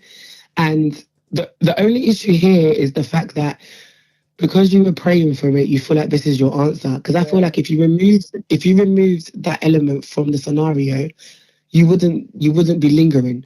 You'd be like, nah, do you know what I mean? Because it's early days. Why is there so many like question marks, blah, blah, blah, blah, blah. But because it's something you've been praying for, you feel like it's like your answered prayer, so that's why you're holding on. But I think, like Esther said, like nothing God brings you is gonna come with like confusion or like lack of peace of mind. So that in itself, I think, is very telling. So I feel like you already know what to do. You know the answer because you've said it in this dilemma, like you wanting to leave or like lock it off and stuff like that. So I think just do it before you catch proper feelings, or it's too late and you're too invested, and then it's going to be a lot harder for you to walk away. Yeah. Word. But Yeah, glow. that's yeah, so annoying. Yeah, man. I feel like that's the key. God is not a God of confusion. Like God is very clear about yes, and God is very clear about no. And I think that if you have to like just question all these things and like even ask, like write in to ask us, which I'm very grateful. So I'm hoping this will be the pep in your step. But there's just too much confusion for it to be like, yeah, okay, this is the guy. But I think it's also important when we're praying for stuff to just remember God doesn't work on our time. Like, child, look how long it took Abraham and Sarah to have kids. From that time she was snickering in the tent. It's like another like 50 years or something crazy like that. So yeah, man. And look what happens. Girl. And she took matters into her own hands. Yeah, she did. Tried to have Ishmael. And then God said, okay, but that's not what I said. So you will still have a baby. Was out here being all horrible to Hagar and that, bullying her. Like I asked you to bring your husband to sleep for me to sleep with. It's crazy. Yeah. So I just think, just calm down. Yeah, you'll be fine, man. Absolutely. I get it. You want to be in a relationship. Like, look, I feel like people should just look at me. I'm not dead, okay? No, but Gina, did you see that yesterday was National Engagement Day? Oh, is it? No, Gina, there was like 8 proposals on my timeline yesterday. No, all in the same day. Someone was like, engagement, people are starting families, and you're brunching and outside. Literally. What, you're pigeon? I said yes. Literally.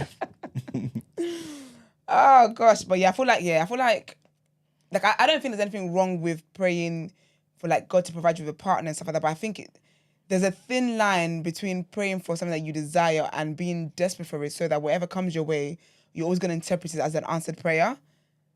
And you have to be discernment is what will keep you from crossing over to the dangerous line, because so many people get married thinking, oh, this is who God wanted for me, but the person is not. The person doesn't love God. Person's atheist. Person doesn't really appreciate you. You're settling in this, that. You're settling in about 10 things, and you're saying it's a blessing from God. Then it ends in a divorce. Now everyone's acting confused.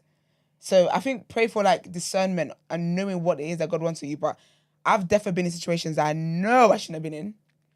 And I was adamant I was going to stay there. And I had no peace of mind every single day. And I always say on here, I can't be holding my peace of mind, child. So I dipped and God did. So, you know. It's so annoying. But no, I hear it fully. Yeah. But hopefully this helps. I hope and keep us updated and let us know what you end up doing. Yes, please. Let us know. We hope you get better, Gina. Feel better, Gina. Bye. Get better. All right, guys. Sorry, wait. Bye. Sorry. Hello. Hi. A little birdie on my Instagram was talking about this new beats and bands. You know what? This is the thing, yeah? Okay, so basically... Why you always have explanation, Gina? You know what I mean? No, because I feel like I haven't done like a proper announcement because technical difficulties and all of that. Okay. So basically, I was meant to go live properly on Saturday. Yeah. Like do big announcement posts and stuff. And then had a bit of an issue with the footage. So the footage that was meant to be used got deleted. Don't ask. Oh, really? Yeah, so we shot something on Friday night. Okay, nice. And then within 24 hours, lost the footage. So I didn't want to just post the flyer because I felt like it wouldn't be impactful. So because I kind of already said during the week that tickets were going to come out on Saturday at 12, I felt like I still had to allow tickets to come out. So tickets are out. And those that like remembered or like are part of my mailing list have obviously like been informed, but I'm just waiting for them. They've basically been able to retrieve the content and stuff, so I'm gonna do a proper announcement at some point this week. But Wonderful. yeah, So did the post get taken down? Because I saw the video. So it got taken down on Instagram. No, so there's no, as in, so that was just basically to say tickets were coming out, but then Then you get what I mean? Yeah. So that's why. But if you want tickets are already out anyway. Like the link is in my bio. Wonderful. But I just haven't gone live yet. Okay. That's all. Sorry. I hear you, girl. Don't beat me. We could never, girl. All right, my love.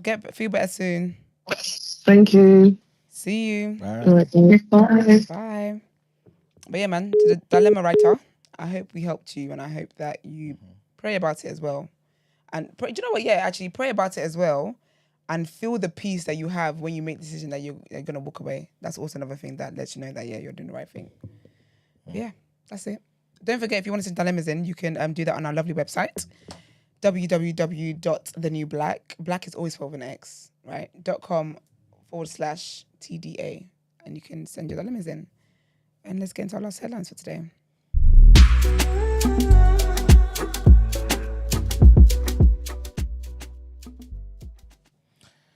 All right, so our last headlines, trigger warning this one, some sad news, and firefighters have made significant progress in their efforts to contain a wildfire near the San Francisco Bay Area in the western U.S. state of California.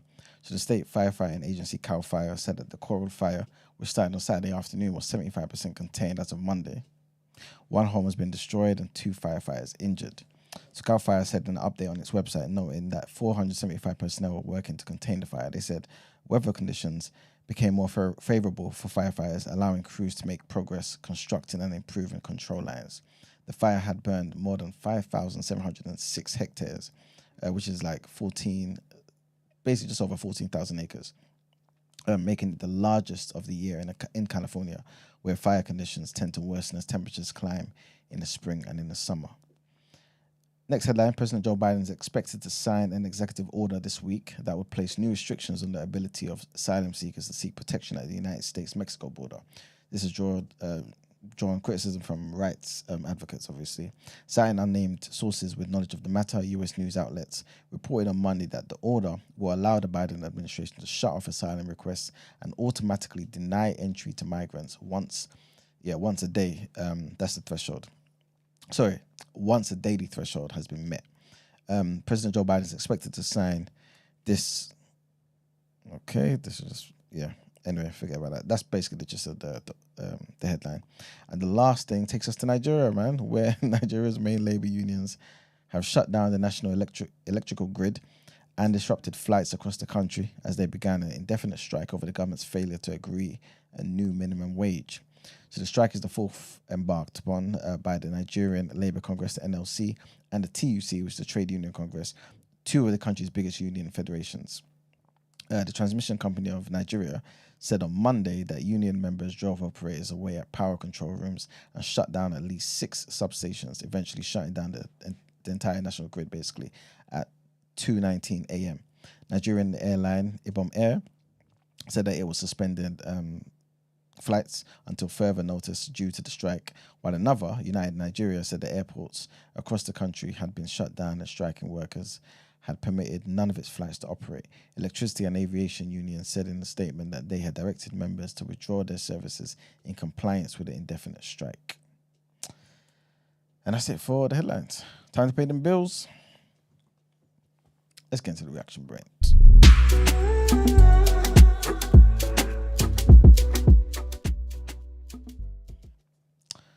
All right, welcome to the reaction, guys. Just gonna tell you what happened yesterday, some of the scores. Ben, did you see any of the games?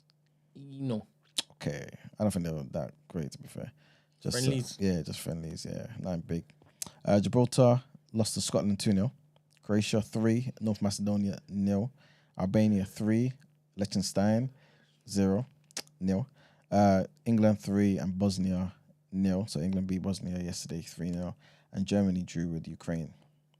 So apparently Cole Palmer, Trent Alexander-Arnold and Harry Kane were the ones who scored. Apparently, what's his name? Southgate is basically saying that he's basically struggling with who to choose for the Euros and that. But basically said it's a good problem to have, in it. And I think he was basically saying something similar before, innit? That they got a solid team. Mm-hmm. This England team's got it's a solid team. So we'll see what happens, man. Hopefully they do well. And the next thing I want to mention is Ross Barkley, man. He's set for another crack at the Premier League. He struck a new deal with Aston Villa. This is basically according to TalkSport, so it's not something that's fully out there, but this is what they've heard basically. Villa have agreed a £5 million deal to sign him from Luton, with the move expected to go through shortly. Barkley joined Luton last summer on a 2-year deal following their promotion to the Premier League in the bid to reignite his career. After a steady start, Barkley went on to make 37 appearances, scoring 5 goals and providing 6 assists. And those goals were actually against top-tier teams like Arsenal, Newcastle, Chelsea, and Man City. You know what I'm saying? So obviously, them performances there show that man still got capacity, man, capability at that level. And the last thing I want to mention is about Wilder, man. So I think yesterday he was chatting with Marks, basically saying like, "What do you think about Wilder? Is he done?" sort of thing. Long story short, his manager's come out, Shelley Finkel, and he's pretty much said that his client is still deciding on whether to hang up his gloves. So obviously, you know, this is like a real conversation, man, because them last 2 performances, and to be fair, if you group it together with the Fury thing, he's won 1 fight in the last 5 fights. Yeah, 1 in 5. And this is the former heavyweight champion of the world. Most defenses and all sorts, you know what I'm saying? He had his time though, man, and it's not good that people are kind of disrespecting him. You know what I'm saying? I think everyone knew that his skill level wasn't great, but the guy was explosive, and I think that killer instinct is now gone, and because it's gone, yeah, he might as well retire before he just takes more of a beating. But yeah, article basically says what I just said. He looked like a shell of his former self on Saturday. He was knocked out by Julius Zhang in the 5th round. Bear in mind also, Julius Zhang is like about 70 odd pounds bigger than him. That's not a small something, man. You know what I mean? So yeah, it was tough. But yeah, he spent the majority of the fight with his back against the ropes, and he appeared hesitant to let his hands go. Similar thing when he fought Parker. But yeah, like I was saying, Shelley Finkel was speaking about Wilder and basically said he's fine. He was very emotional last night, straight after the fight. We didn't expect it to go the way it did. I have nothing but praise for the way Julius Zhang fought. He was the better man. It is Deontay's decision whether this is his last fight or not. I love the guy. I've been with him 15 years and I don't want him to get hurt. It's totally his decision. I will let him know how I feel, but it is his decision and I support him whatever he does. So yeah, man, big up Wilder, man. I think it may be the last fight we see of him, to be fair. Otherwise, he's going to want a big fight, big money fight again. And that's only going to come from, obviously, another top-tier heavyweight, somebody that probably hurt him. So, yeah, what really is the point, man? So, yeah, but that's pretty much it for the reaction, Brett, man. Did he sleep with his brother's wife? Yeah, apparently, yeah. What? Yeah. That came out. When did that come out? A few months ago. The guy just went to Instagram, bro. He put everything out there. His brother? Yeah. You know what? Let me find it. Wilder is wild. That's probably why is that his career's finished, isn't it? Maybe. Kind of nonsense. Yeah, it wasn't good, man. That's a union that God has blessed, isn't it? Well, was it his wife? No, it was his brother's girlfriend. But Wilder has a wife. But yeah, still. In fact, let me read it out to you because it got sent to me a while back. Blood brother? Yeah, his brother. He's a boxer as well. I see that. He's a boxer as well, but his brother ain't good, man. No disrespect, but his brother's not good. At all. Where is it? Yeah, I can't find it, man. But yeah, long story short, it was all over Instagram. Well, his brother hasn't got the biggest following, but obviously it was there, innit? And he's just talking about behind his back for years. He was doing it. Years. That's what he said. He was doing the Ryan Giggs, man. Apparently. Years. Yeah. Yeah, it was moving like Ryan Giggs, man. And yeah. That's sad. I mean, because stuff like that, I'm surprised there are not more deaths. Like, because what would that do to a man? To find out it was years, not just one instance, but years. And then she'd be coming back and then, playing family and whatnot. Have they got children too? With the brother? Yeah. I'm not too sure. Probably, Probably, I think so. I found it. It's too long to read out. Such destruction, and he was there coming on TV, chatting rubbish, wanting us to basically love him again. Yeah. Nah, man. Yeah, it's bad, man. He came out. He said they all make. I'm only gonna read a couple of bits because it's long. It's long. But he basically said it all makes sense now. All them years, God had me wait just to see the clear of a dark picture behind my back. By the way, like Wilder Senior, their English is mad. The grammar's mad. So writing will be even worse. But he said for 7 years, my supposed to be brother has put me through sick, evil disloyalty, all this wicked treatment, all because he been effing with my ex-girl and still effing my ex-bitter holes behind my back when I already red-handedly caught them and let them slide with 2 of them. But then this whole time behind my back, he's still been doing the same thing. But this time behind my back with my girl of 3+ years. And intentionally this whole time, 7 years, envious and jealous. There's no commas, and so bear with me, guys. And this whole time, 7 years, envious and jealousy holding me back and has damaged relationships, careers, and opportunities, trying to destroy my life, all because of his wrongdoing, his disloyalty, his sick personal wicked actions he has done to me and behind my back. Yeah, he said it all makes sense now. Chijoke says, but it's your brother though, Brent. Would you kill him? I'm a professional fighter, right? I am using my hands and punching people up. I don't know what's going to happen when it is I find out in real time God forbid. that this is what it is my brother has been doing for 3 years. Impossible. And 100% if I don't beat him up, like to a pulp, then I just wouldn't talk to him forever. Like he doesn't exist to me anymore. At all. Yeah, it's bad, man. He even Till said, this day. Yeah, Till this day. He even said it makes sense now why you deviously fined me and took money out of my check, set up traps for me to fail, stalk me like I'm your biggest beef. Every move I make, create, and go make a lie just to find me as your personal assistant after you thought I knew that you were still messing with my ex-girl behind my back when I made and dropped my first song. What? He's a rapper too. I don't know. These. I don't even know what he's talking about in them bars, but if this is And Wilder responded. no, I don't. Budge says think so. Wilder's response was even funnier.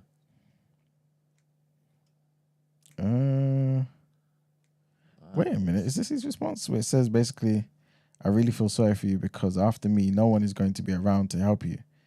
You're going to be on your own. But hey, who am I? I mean, what do I know? I'm missing jewelry from my house as well. So he's saying that he was entitled to his possessions because he looked after him. Yeah, I guess so. That's crazy. And also that his brother stole his jewelry. That is crazy. It's sad, man. It's sad. Is he from the south? Yeah. Alabama. You're wild down there, you know. Right. He's a wild boy. Alabama. Sad. But yes, I guess that's it, Brent. Should go into our outro.